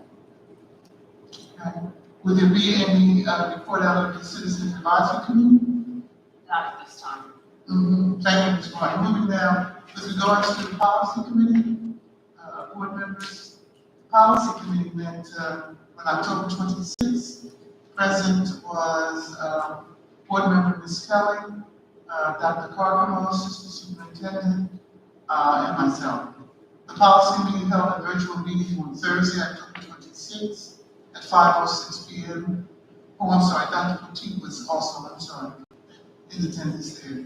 To review changes to new and existing policies and regulations to present for a first reading this evening, November 8th meeting. The policies and regulations that were reviewed were policy number 2270, religion in the schools, policy 3161, examination for cause, policy number 3324, right to privacy, policy 4161, examination for cause, policy 8500, food services, policy 5111, eligibility of resident, non-resident students, and these are all policies that are that have come to us as new policies for us to consider. Regulation, as I said, 511, eligibility of resident, non-resident students. The committee continued discussion on our policy 5516, use of electronic devices, and decided that it will continue with plans to readdress that current policy. All policies and regulations were approved to be moved forward for our first reading this evening, November 8th, 2023. The meeting was adjourned at approximately 5:35 p.m. And our next meeting for this month, November, is scheduled for November 16th. And again, it will be virtual at 5 p.m. I don't know if this is the right time to ask, but I do have a question about the policies. Yes. Okay. I do appreciate getting the marked up copy, but I only got the first policy, so my question was, were there changes to any of the other ones, or was it just the first one? It was just the first one. Dr. Carter, will you let me, if I'm saying that incorrectly? Exactly. Okay, the other question I had was, for the two policies that have examination for cause. The first one is for teachers, and it's followed by right to privacy. The second one is for support staff. And I just was curious as to why they don't have the right to privacy. And this we are doing, but I just was wondering why they didn't also have the right to privacy. And that's a good question, and you're right, that's not our doing. We're just following based on what is being sent to us as either to be recommended or as a mandate. Dr. Carter, you want to speak on that? All staff from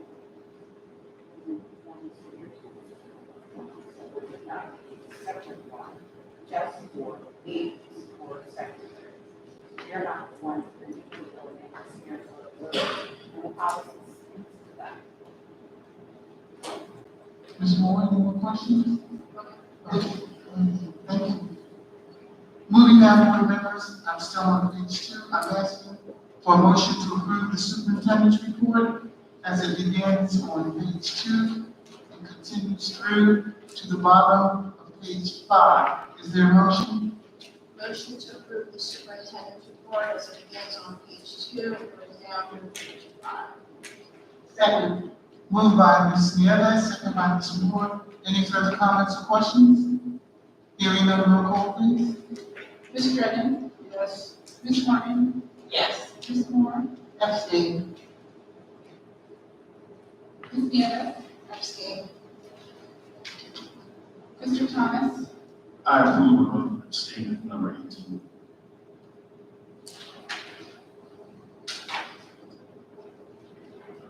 Ms. Thomas? Ms. Peterson? Yes. Ms. Pitts? Yes. Motion is carried. Thank you. Moving now, board members, I'm at the top of page 6. I'm asking for a motion to approve the Business Administrative Board Secretary's report as it begins at the top of page 6 and it then continues through to the bottom of page 11. Is there a motion? Motion to approve the business administrative report as it begins on page 6 and goes through to page 11. I'll second. Moved by Ms. Nieves, second by Ms. Moore.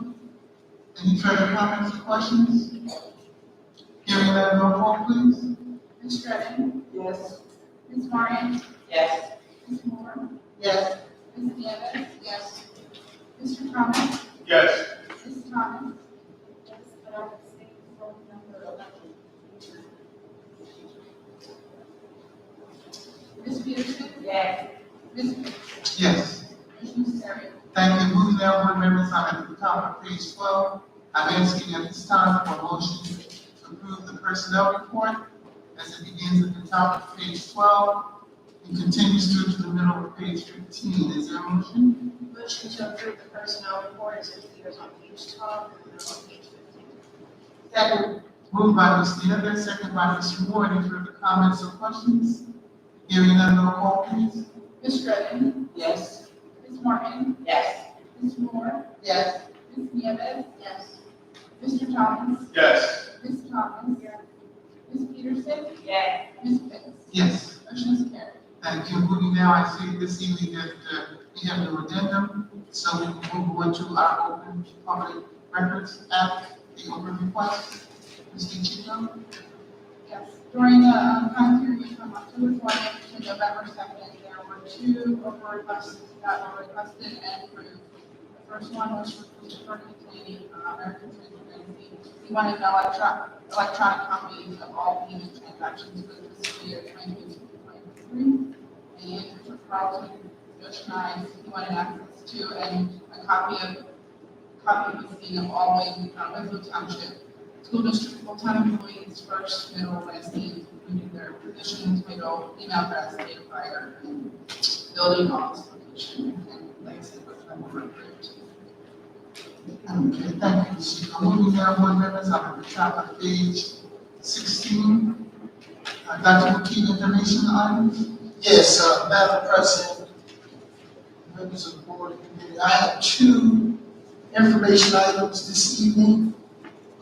If you went to your website after after 4 o'clock this evening, you will see that we've already placed some information on the culture and climate survey. Since we were not in school for the next 2 days, I felt it's important that we get this out as soon as possible. It's as an alert. As soon as you go to the website, it appears. It specifically spells out to the parents what we're doing and let you know that it is a voluntary survey, and we only expect 1 response per family, or no, excuse me, 1 response per household. And of course, all of your responses will be anonymous. The survey will become available to parents on November the 16th. The students and staff will be taking the survey on November the 15th, and again is on a voluntary basis. That information, as I mentioned earlier, goes directly to the company that's providing and creating the dashboard, and at some point we will receive those responses. There will be a robocall tomorrow night in reference to the culture and climate survey, alerting parents as to when it will be available. We had started our announcements last Friday night at the football game. Again, we'll try to make sure the announcement again is also there. The robocall tomorrow night to let the parents know, and then we'll do another one on Monday, again because of the 2 days that we will not be in school. I would like to go to the next item, and that is there will be a robocall for the chat with the board member. They are one of the same because I'm asking the parents that I have 2 important announcements. One, of course, is called the climate survey. The other is chat with the board member. That will start tomorrow, and we'll also do that also on Monday. We are informing the parents that it is a virtual meeting, and a lot of information will be available on the district's website. We plan to do additional advertisements for the cultural climate survey as we continue to move forward. That survey for parents will be available from November the 16th through November the 30th. So that gives parents in the community 2 weeks to take advantage of this opportunity. Madam President, that concludes my information items for this evening. Thank you, Dr. Excuse me, Dr. McKee, I didn't, Yes. maybe I didn't read it right, but for the survey, you said 1 per household? Yes. Because I thought I saw that it was. It is 1 person. It's not per school. No, Based on where your no. students are. If you have a child in more than 1 school, then I gave the example, it says here, if you have a child at the elementary school, go to their website and complete the survey. And if you have a child at the middle school, go to their website and complete the survey. That's good. But if you have children in 3 different schools, then you can go to 3 different websites and conduct a survey. But what we are saying is, you can't have more than 1 response per school per household. So you can't go to school 1, for example, and because there are 4 adults in the house, you have 4. The idea is that the families or the people in the household will sit down together and make that decision as to what the responses are. But depending on the number of children you have throughout the district, if you have them in 3, 4 different schools, then you can take 3, 4 different surveys. The survey is designed by school because the outcomes for school 1 may be totally different than the outcomes for school 6, so they are school specific. Thank you. I have a comment too. First of all, let me apologize if I know I'm biased. I love something. I kind of go all in it because you talk about the scores up there. I was in that 50% right here in this building as well. And I was adamant. I the only thing that really saved me, gave me confidence, was being in sports and climbing or club and climbing that gave me the confidence that I belong and wanted me to participate more in academically, because I knew if I didn't participate academically, I couldn't participate in what I love. So I'm passionate about it, and I applaud the fact that we go all in for the culture climb survey. We go all in for the chat with the board and community engagement. I do go all in for the athletic department because that's what I love, and that's what I advocate for. And I think that plays a great part in academics and creating a better environment for academics. So I just ask that we do some of the same things for that as we do for the other things. I know you're doing a lot of robocalls, that's fine. I would just ask that if we went on Friday, we do a robocall for the state championship. That's what I would ask. Now, Mr. Thomas, that's a very reasonable request. I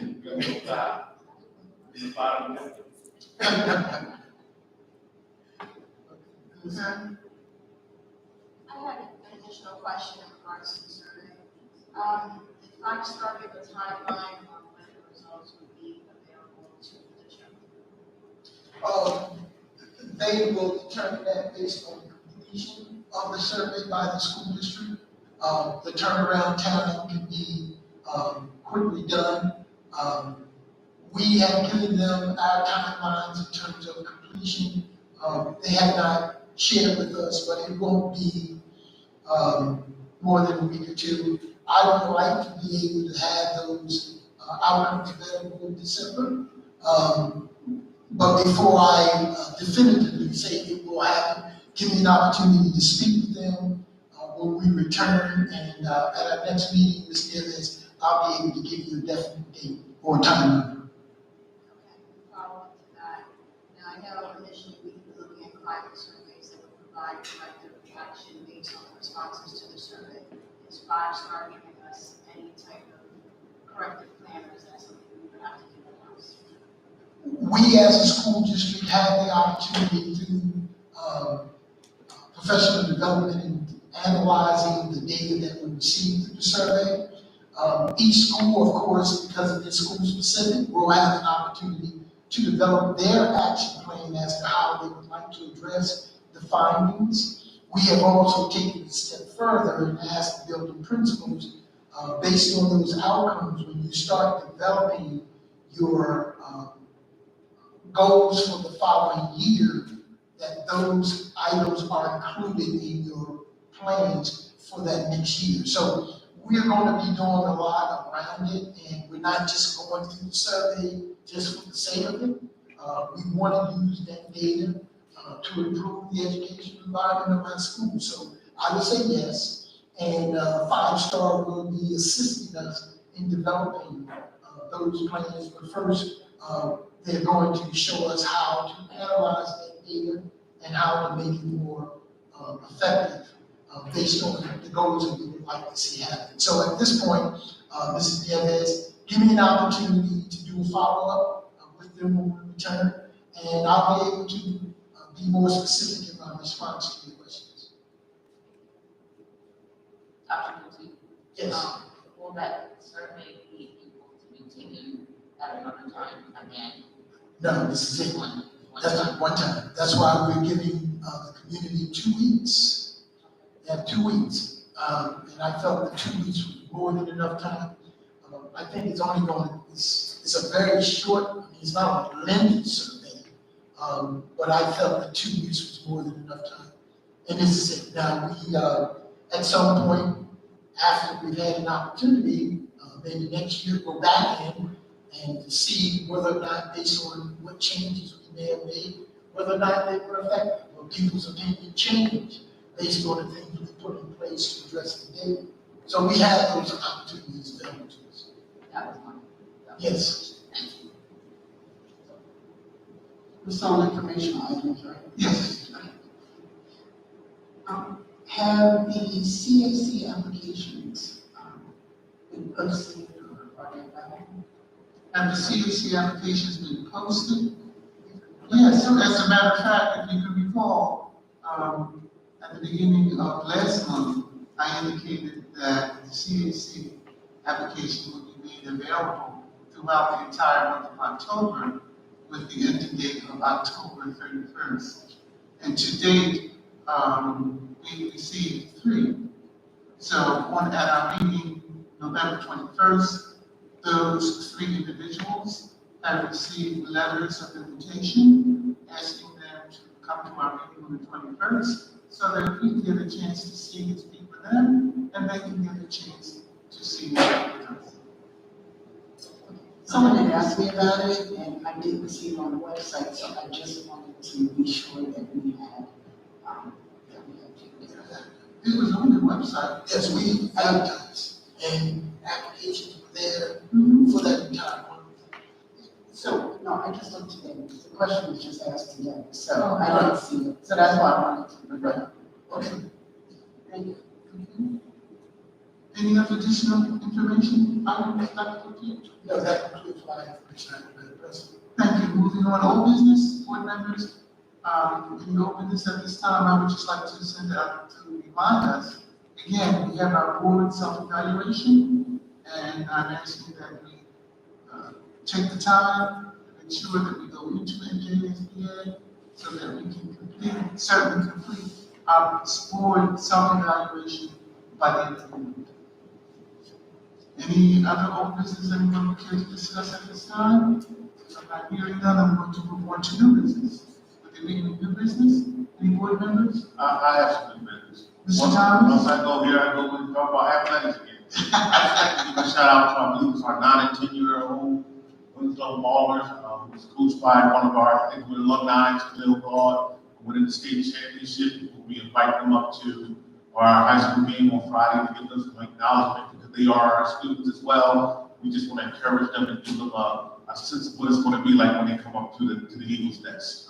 Okay, all right, sounds good. Any other additional new business?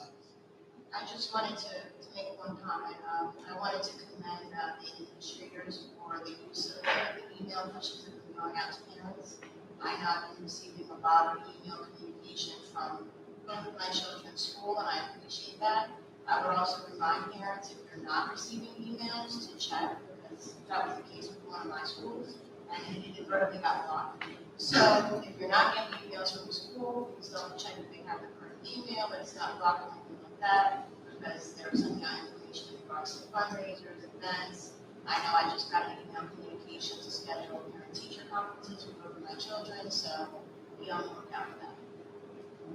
Thank you, Mr. Evans. Any other additional comments? New business? Thank you. Moving down. Mr. Long? Yes, Madam President.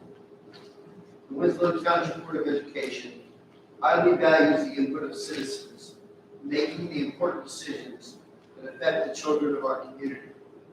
We believe in the rights of citizens to observe board meetings. To ensure that all of our citizens have an opportunity to attend school board meetings and offer comment, and to ensure that the board can conduct the important business of the district, we ask that the speakers follow the guidelines for making public comments. The board secretary will recognize those individuals in the audience who wish to make comment. If you do, please respect the following procedures. All members of the public attending school board meetings must treat each other and the board with respect.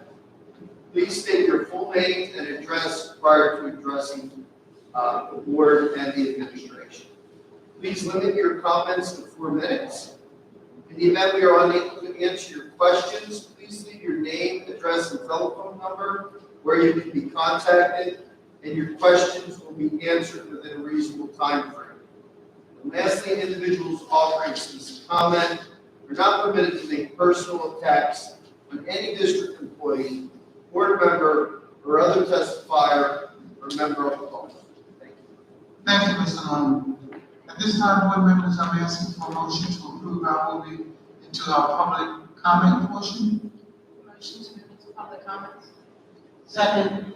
Moved by Mr. Evans, second by Mrs. Moore. All in favor? Aye. Thank you. Any nays?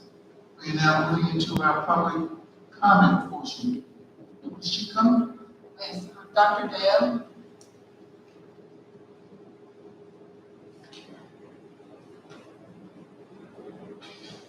Good evening. Good evening. First, would like to just say my name again, Dr. Stephen Dale, 104 Rose Court, Sisterville, New Jersey, 08081. I know how difficult it is to attend these meetings, participate, and I appreciate the fact that we have a public forum that is broadcasted through the website. I just would ask, please, if we could try to adjust some of the audio issues. I'm being told that no one can hear me when I speak. So, pretty pleased with sugar on top. Let's try to fix the audio issues so that the people that can't be here can hear what we have to say, including you board members, because sometimes it is hard to hear you. For starters, the presentation tonight on state testing, I appreciate the fact that it was very comprehensive. I think it's important that you are looking for questions from the community support. All the right incentives are there. It's just something's missing. What's missing besides the test scores and the suspension numbers and all this stuff that I keep talking about? It's the commitment, day in and day out, to making teaching and learning the most important, meaningful experience that these young children get. And it starts from the moment they enter our schools. And so when I asked last month, what are we doing to support the staff and students? I understand we're suspending the offenders, but what are we doing proactively from a mental health standpoint to make kids feel good about coming to school? Besides what Mr. Thomas shared about athletics and being part of something special, that's a key ingredient. We can invoke those kinds of simulations in the classroom through concepts such as social and emotional learning. I have shared this with you on multiple events. Treating the children from all grade levels with kindness and respect, and giving them an intrinsic value in wanting to come to school and give their best effort to show that they represent their families and society, and that they are going to turn the page and be successful. Like we've heard so many stories tonight of folks that graduated from these schools. But the numbers are showing that we are in a standstill. You mentioned, Dr. Botein, we hit the glass ceiling.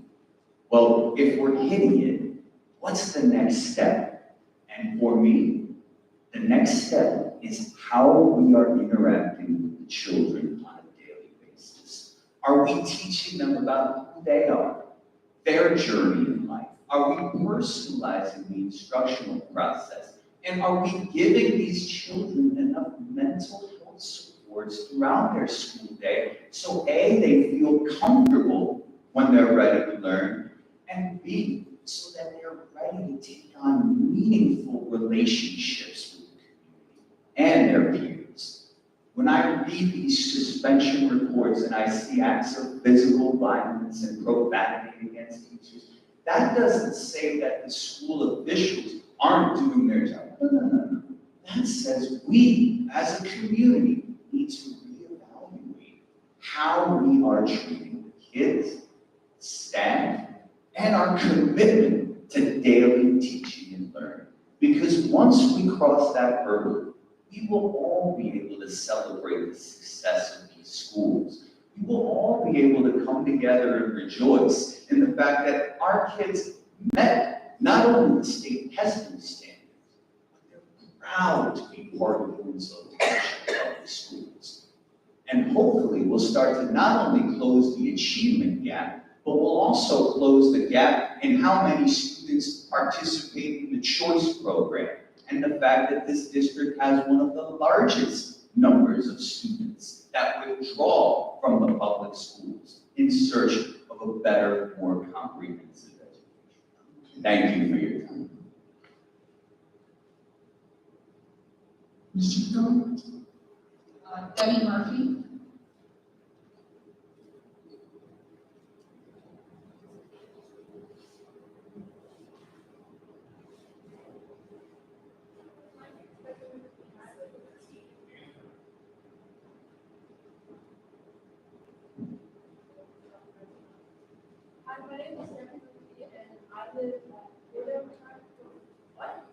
You gotta get this close.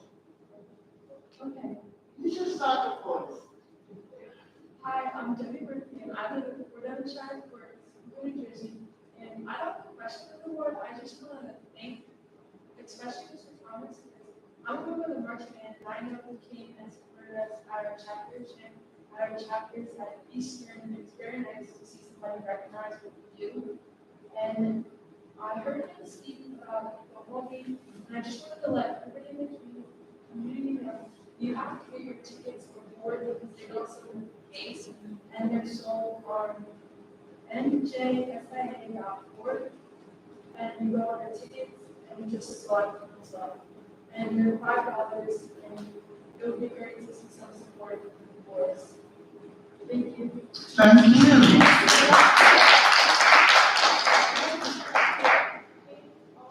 I just like to recognize the marching performance last Sunday. We performed at Hershey Stadium, and we reached a season high score of 88.3, placing 7, and we had the best performance ever.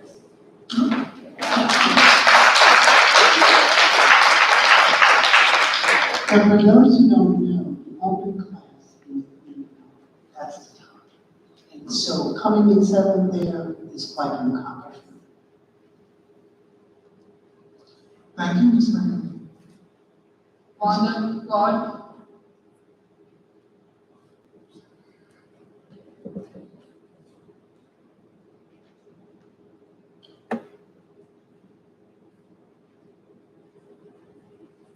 Good evening, everyone. Wanda Glon, 30 Bellwood Court. First, I would like to congratulate the band. Good job. The football team, great job. And also all the Board of Education members who won the election this time. I'd like to congratulate you as well. I have a question in regards to the survey. Three questions. One, will there be a test run for each school to ensure there are no technical difficulties for the parents? And if there are technical difficulties, will there be a way for them to be able to communicate that so they can complete the survey? The next one is, I know that you have it where each school is one survey per parent and per household. What if there are 2 children in the same school and there's 2 different experiences that the children are having? Will we be able to identify that on the survey? And the third, if not, okay, on the third one is, how are the teachers being administered the survey? Are they being broken down also by schools? And if so, I find that not to be good, because there really can be a breakdown where you can kind of identify what teacher is what on those surveys from their comments or their answers, if there are comments that are comments allowed. So is the teachers and student surveys broken down by schools, and are the teachers and the one household per 2 children in the same school? Okay, so you had 3 questions. Is that it, Ms. Cole? It seems to be a last question. Okay. And will it, when you at the end, when you get the results back, I'm pretty sure the answer is yes, but I want to ask it also. Will you have a breakdown of each question and how they were answered? And that's it. That's what you didn't answer that now? Yes, I can answer it now. We have conducted our test run, however, you know technology. There may or may not be any glitches, however, if it does occur, so we will, be in a position where we can hopefully repair it in a very, very short amount of time. But right now, I'm saying we're ready to go. And if there are any glitches, we will address it.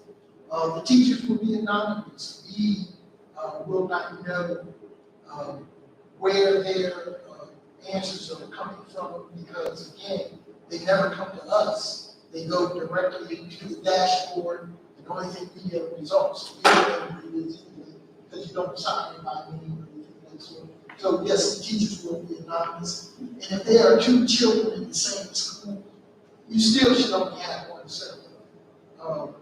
It's not necessarily a situation where you have to go in twice because you have 2 children. We're hoping that some sort of conversation, communication at the home will allow you to address all the issues, with that one survey. So no, it is set up for one survey per household. So basically, the questions are generic questions. They're not grade specific or experience specific to each child that's inside the schools. The student will take his or her own survey, so they can answer. No, I'm talking about, so parents have different experiences with different age groups.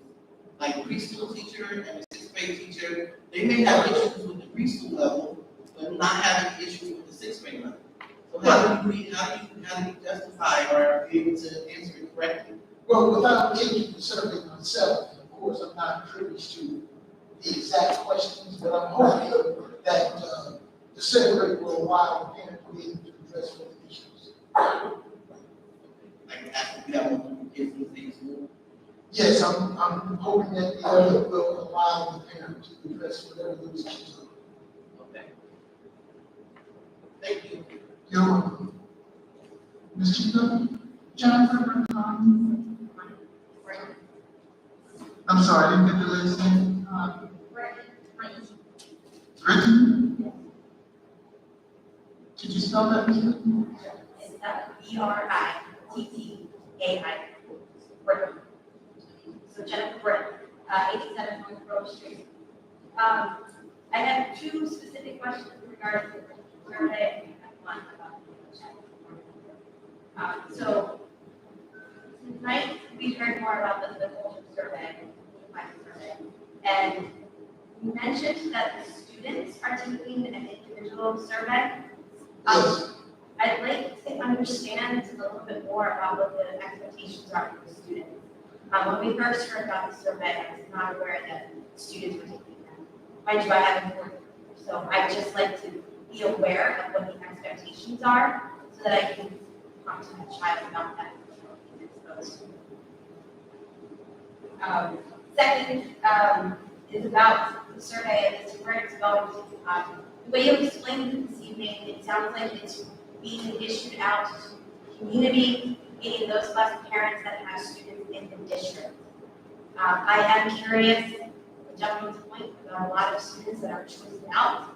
Are we going to ever have a survey that goes out to the community at large, so that way we can get an understanding of the culture and the climate that they live, or their experiences living in the district? My question in regards to chat with the board member, first I'd like to thank the board for pulling that together. I did attend an in-person session, and I appreciated the opportunity to be heard, to speak, and to get that direct feedback. But there were some very good suggestions and ideas that were brought up at the session. And I am curious as to what the responses are and how we're working on getting that back to us and how it's being addressed. That's The culture and climate survey, students were always included in the survey, third grade through 12th grade. Keep in mind, again, it's voluntary. From the very outset, students were included. Again, the survey wouldn't be as effective if the students didn't give their opinions on the survey itself. So yes, they were always included. I'm not sure how that was missed, but many conversations we had at this level, we talked about the various components: students, staff, parents.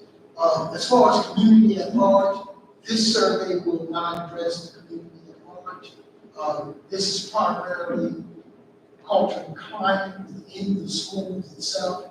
That's why those individuals who are taking the survey are closely associated with the school, so that whatever the concerns, opinions, or whatever they may be, we can address them. So at this point, this survey only addresses those individuals who are in the school or directly associated to the school through being a parent or guardian. And she also had a question about Well, the chat with board member, I'm thinking one of the board members will address that. Sure, so I know that I did present a comprehensive report to the board at large at our annual retreat We did use some of that information in crafting our current board and district goals. As far as some more specific suggestions, I'll actually put that back up.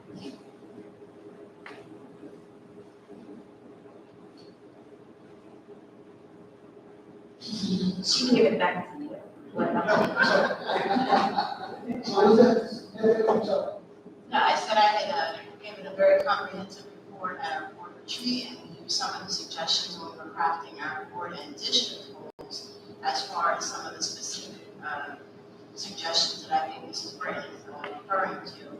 I would have to leave that to you and administration. Well, as far as the outcomes of the chat with board members, I have not addressed any of those issues. It is my responsibility and understanding that whatever those issues were to the board, they would convey that information to us. And if there was something that we need to act upon, we would. Specifically, the culture climate survey. That was one of the things that was brought up, and also we'll address some of the concerns that the board members heard from the parents, and hopefully, once we get our results, we'll be able to address whatever those concerns may be. So again, the parent component is important for us because the concerns that were raised in those chat with board members will be addressed in the survey, and hopefully we'll be able to put goals and objectives together to address whatever they may be. Oh, I appreciate you. Thank you for at least documenting and letting it out there. This climate survey just seriously has me scratching my head. I have asked multiple times, what on earth does it mean? I think we want to understand the climate of our school buildings and understand how people are feeling in here, but if we're not aware and educated, and I am a huge advocate to support. Whenever you want information, you want to hear from there, I'm an advocate. I will help in any which way I can.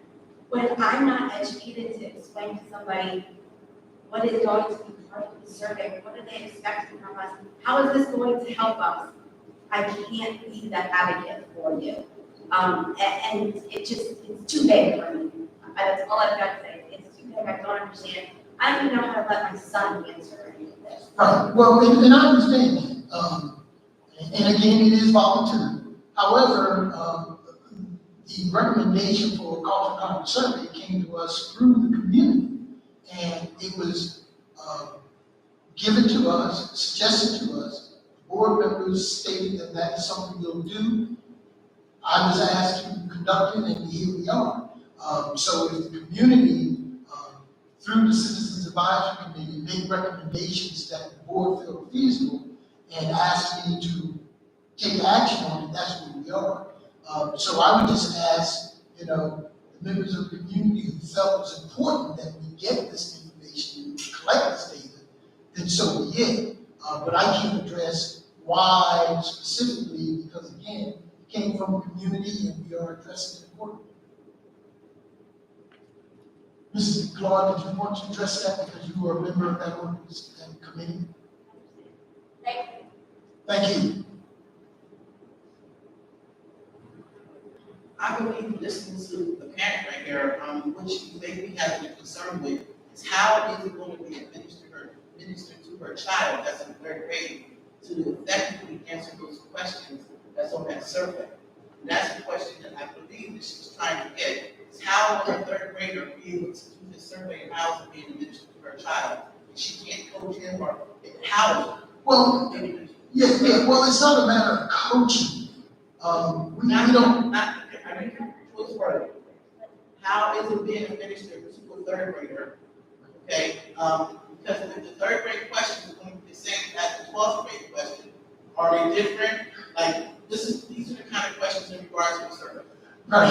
Right. Well, at this point, Mrs. Claude, a third grader in an elementary school, the questions will be at their level in their particular school. So it will not be something that is incomprehensible to the point where they would understand the question. So it's going to be based on their level. and they will be able to make their responses as a third grader in your lower elementary school. And again, we had put it in place so that it will be conducive to that particular grade level. All right. I think Mrs. Peterson has Just, something. because I have experience, culture and defining surveys, yes, at the different levels, the third grader who said, do you feel safe in your environment?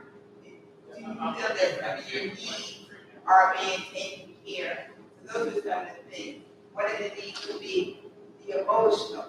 Do not say emotional for third graders. How do you feel on a day-to-day basis in your school?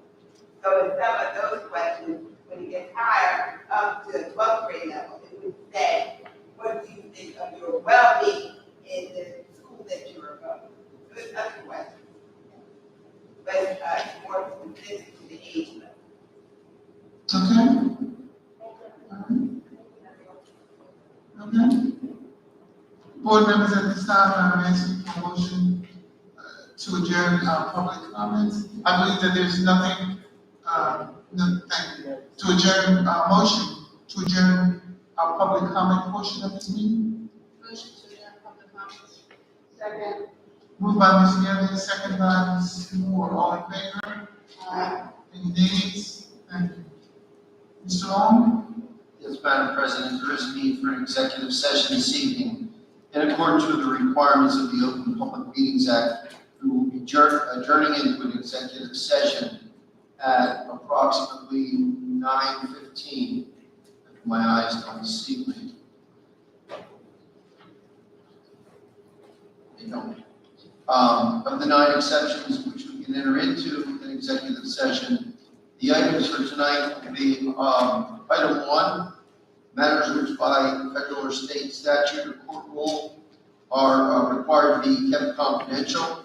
In this case, 2 student matters, which by law are indeed required to be kept confidential.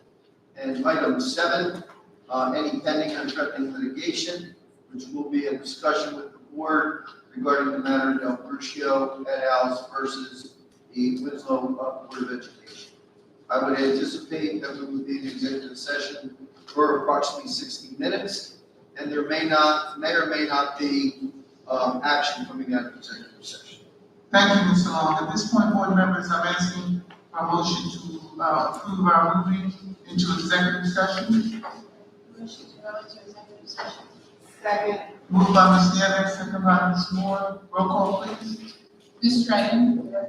Ms. Martin? Yes. Ms. Moore? Yes. Ms. Nieves? Yes. Mr. Thomas? Yes. Ms. Thomas? Ms. Peterson? Yes. Ms. Biggs? Yes. Motion is carried. Thank you. At this time, we are moving into executive session.